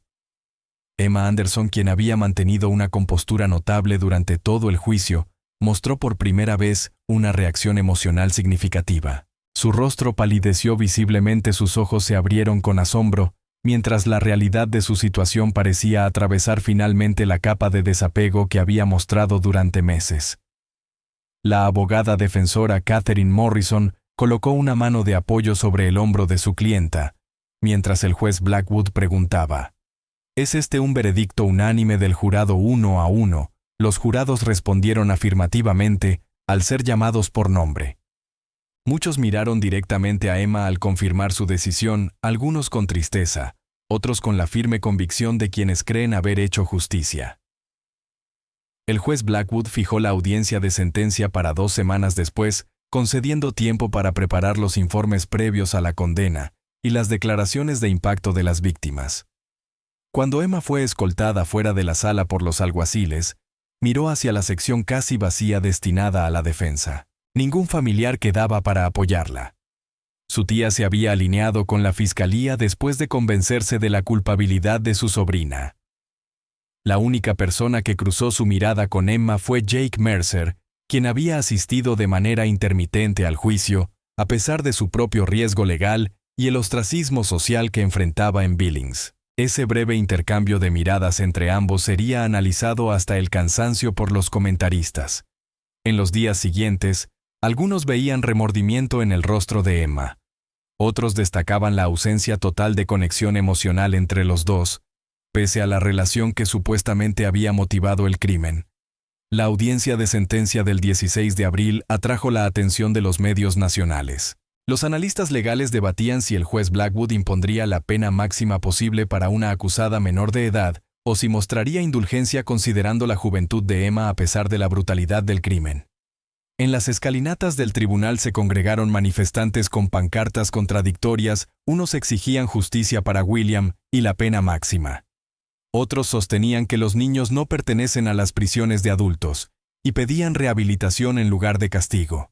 La respuesta polarizada reflejaba un debate más amplio a nivel nacional sobre la justicia juvenil con Emma Anderson, convertida en un símbolo involuntario de las discusiones sobre el desarrollo cerebral adolescente, las sanciones adecuadas y el tratamiento judicial de los menores infractores. Dentro de la sala, Catherine Walsh pronunció una declaración de impacto que conmovió hasta las lágrimas a muchos de los presentes. Habló directamente a su sobrina mientras describía el devastador efecto del asesinato de William. «Emma, tu padre te amaba más que a nada en este mundo», dijo con la voz firme aunque impregnada de dolor. «Cambió de carrera para poder estar más presente después de la muerte de tu madre. Aprendió a cocinar tus comidas favoritas, te ayudaba con las tareas, te animaba en cada partido de voleibol. Estaba tan orgulloso de tu inteligencia, de tu determinación, de tu potencial. Y ahora se ha ido. No por enfermedad ni por accidente, sino porque tú decidiste que su vida valía menos que tu relación con un hombre que te manipuló y te explotó». Walsh continuó abordando no solo la pérdida personal, sino también el impacto comunitario. «No solo mataste a tu padre aquella mañana, le arrebataste a cientos de estudiantes un maestro querido, a nuestra comunidad, un defensor del medio ambiente comprometido a nosotros, un hermano, un amigo, un colega con años de servicio por delante. ¿Y por qué? Por una relación con un hombre que ni siquiera ha intentado contactarte desde tu arresto, un hombre que testificó en tu contra para salvarse a sí mismo». Estas palabras hicieron que Emma dirigiera la mirada hacia la galería, buscando a Jake Mercer, solo para descubrir que no había asistido a la audiencia de sentencia.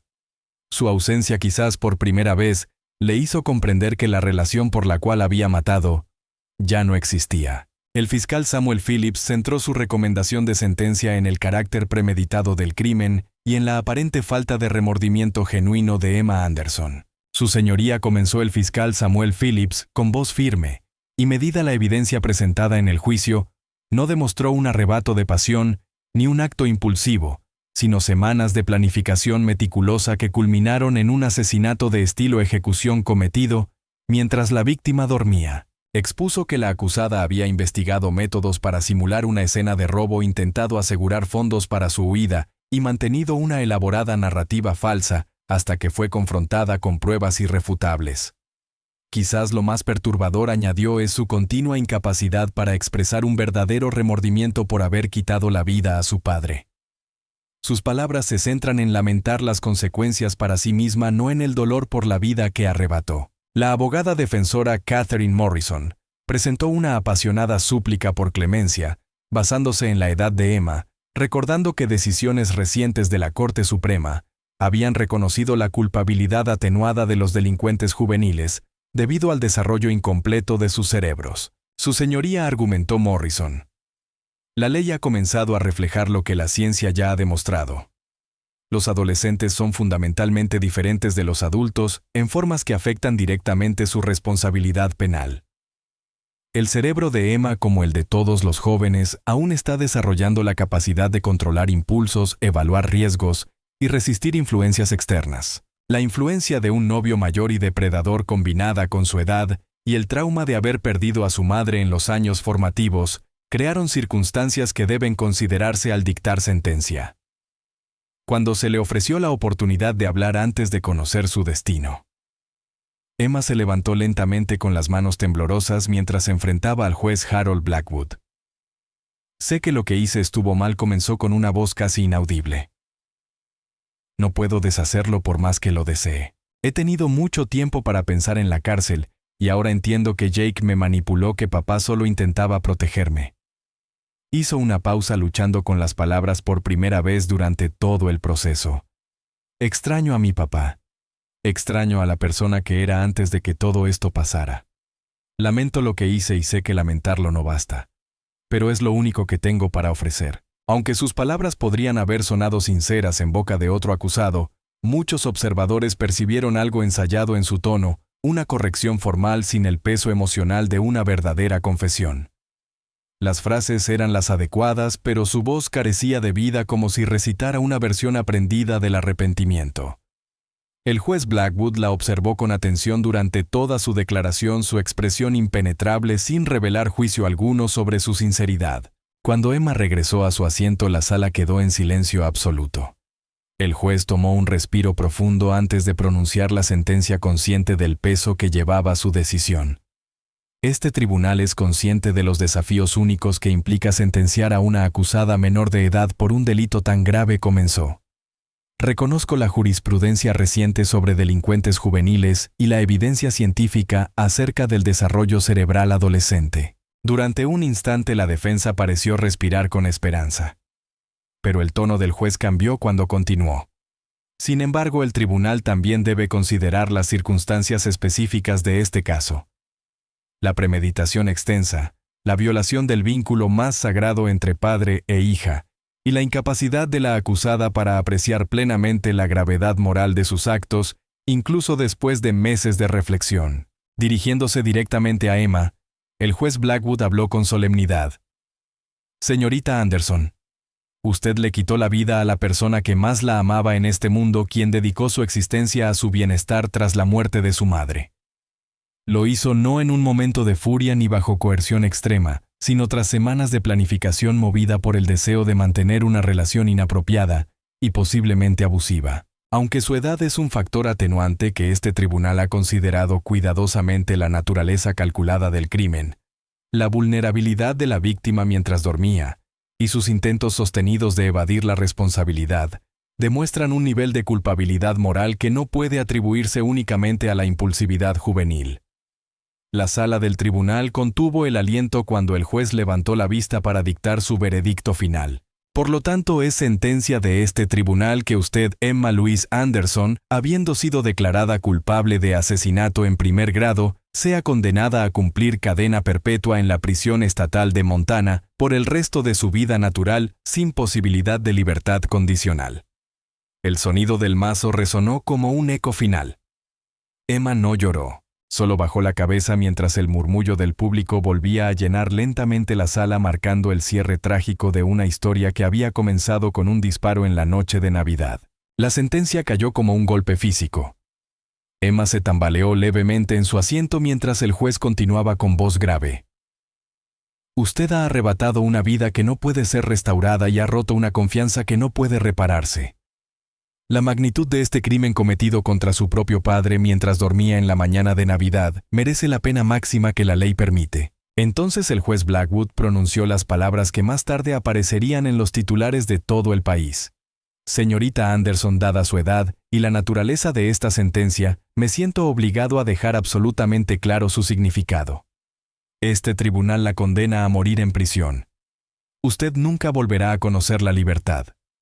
Envejecerá y finalmente morirá bajo custodia. Esta es la consecuencia de su decisión de acabar con la vida de su padre. La brutal claridad de esas palabras rompió por fin la compostura de Emma. Su rostro se contrajo y las lágrimas comenzaron a brotar mientras la realidad de su futuro se volvía ineludible. Cuando los alguaciles se acercaron para llevarla bajo custodia, Emma se volvió hacia su tía en la galería, extendiendo una mano en un gesto que parecía buscar conexión o perdón. Pero Catherine Walsh desvió la mirada incapaz de enfrentar los ojos de la asesina de su hermano, aunque compartieran la misma sangre. Esa última negación pareció completar el colapso emocional de Emma, y fue conducida fuera de la sala entre lágrimas. La muchacha que durante meses había mantenido una apariencia calculadora y serena, se desmoronaba finalmente convertida otra vez en una adolescente de 16 años, enfrentando toda una vida tras las rejas sin familia que la apoyara, y con la relación por la que había matado ya disuelta. Fuera del tribunal, las reacciones al veredicto se dividieron de manera predecible. Los defensores de las víctimas y quienes conocían a William Anderson expresaron satisfacción considerándolo justicia apropiada para un asesinato planificado. En cambio, los reformistas de la justicia juvenil y expertos en desarrollo infantil criticaron la sentencia como excesivamente severa para una menor cuyo cerebro aún estaba en desarrollo. Los medios debatieron apasionadamente si el caso representaba justicia servida o un ejemplo del fracaso del sistema judicial, para distinguir adecuadamente entre delincuentes adultos y juveniles con Emma Anderson, convertida en un símbolo involuntario del debate nacional sobre la reforma de la justicia juvenil.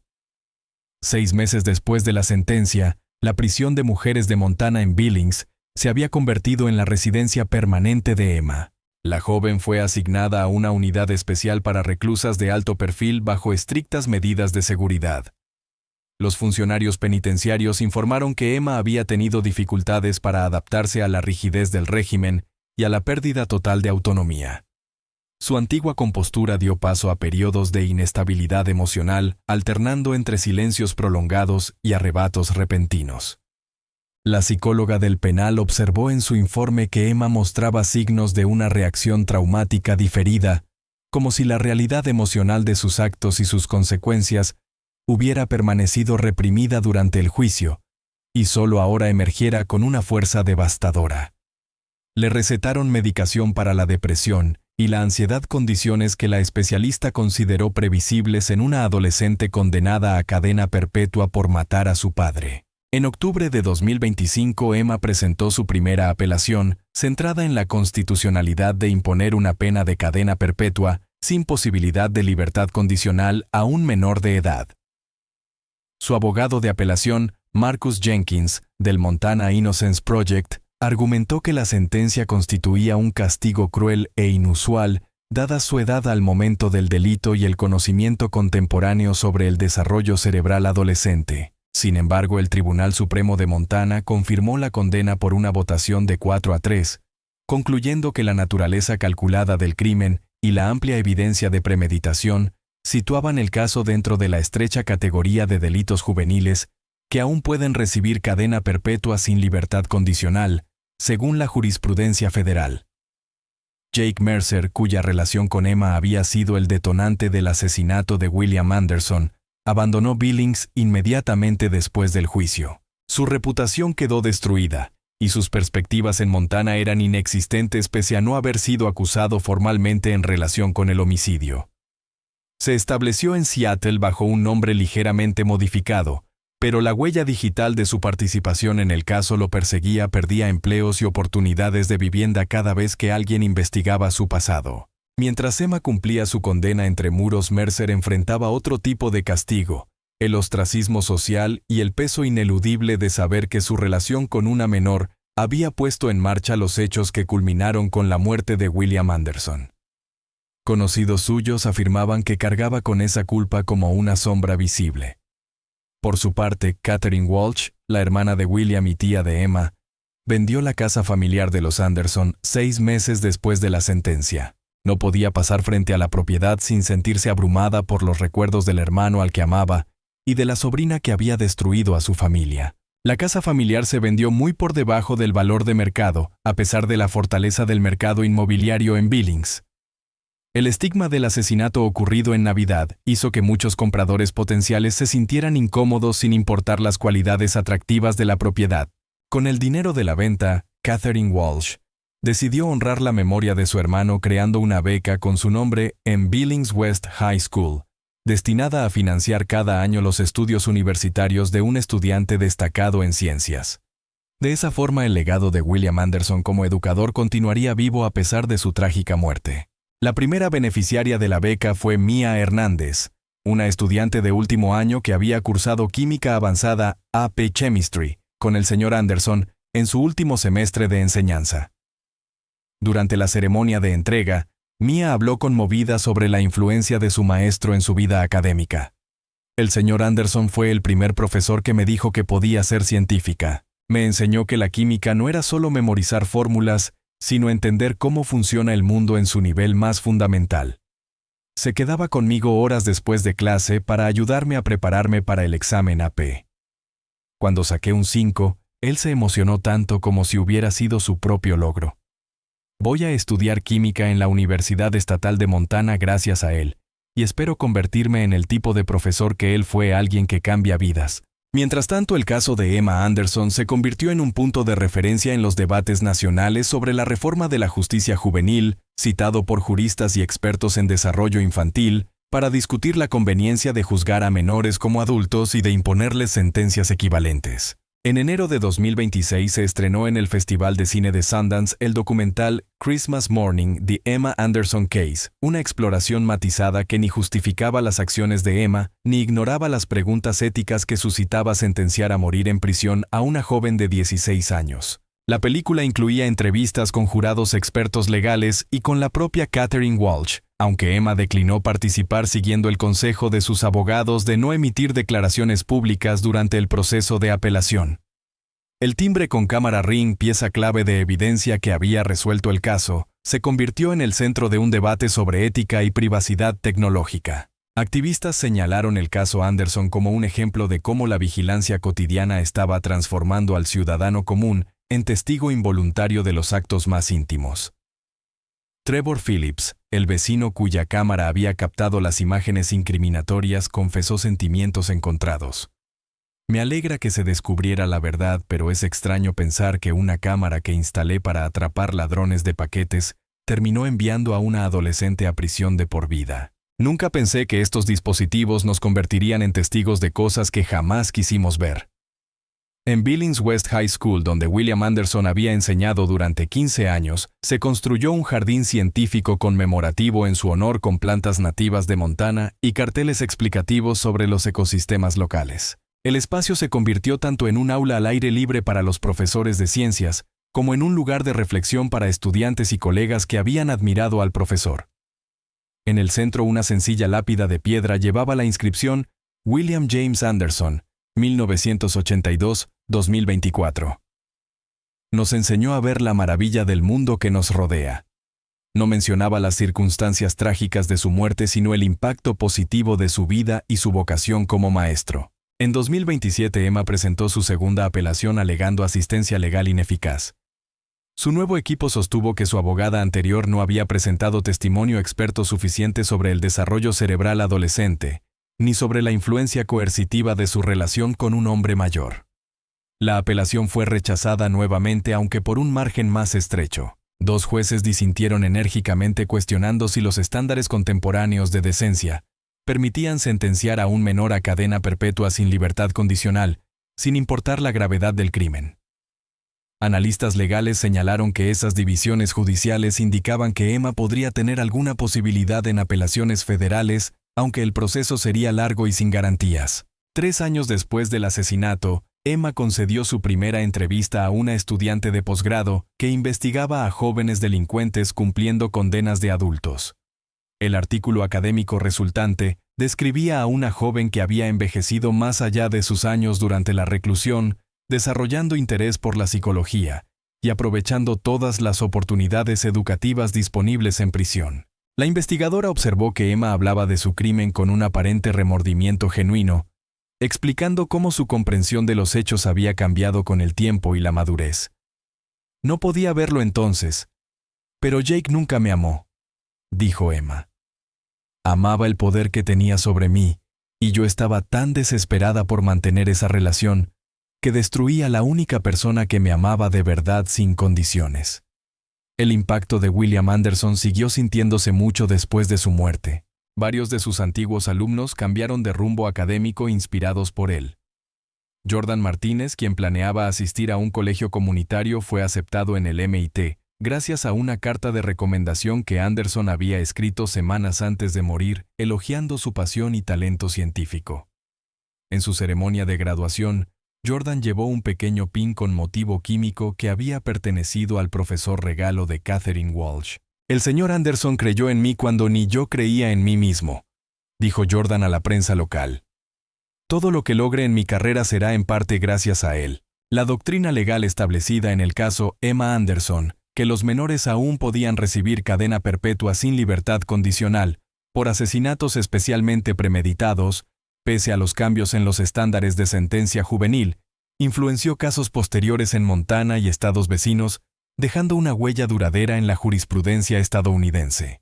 Los fiscales de Wyoming e Idaho citaron el precedente Anderson al solicitar las penas máximas contra delincuentes juveniles en casos similares, mientras que los abogados defensores en jurisdicciones más progresistas lo utilizaron como ejemplo de por qué la reforma de la justicia juvenil era una necesidad urgente. El caso se convirtió en referencia estándar en los cursos universitarios de derecho penal, donde los profesores lo usaban para ilustrar la tensión entre la justicia retributiva y la psicología del desarrollo en el tratamiento de los menores infractores. Una década después del asesinato en la mañana de Navidad, Billings había seguido adelante, aunque el nombre de William Anderson seguía siendo honrado tanto en la escuela secundaria como a través del programa de becas que para entonces ya había ayudado a 12 estudiantes a cursar estudios universitarios en campos científicos.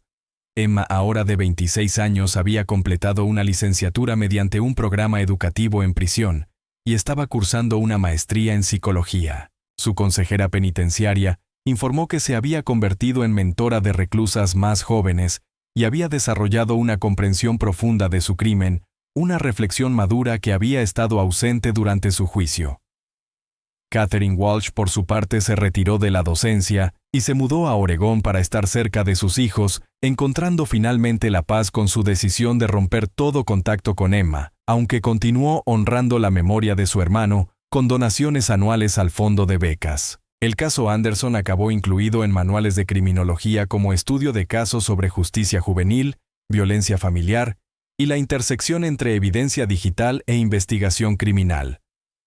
Las agencias de policía de todo el país comenzaron a usarlo en sus capacitaciones, destacando la importancia de revisar grabaciones de cámaras privadas durante las investigaciones de homicidios. La grabación del timbre ring, que había sido clave para resolver el crimen, se convirtió en un ejemplo icónico de cómo la tecnología cotidiana puede capturar pruebas decisivas.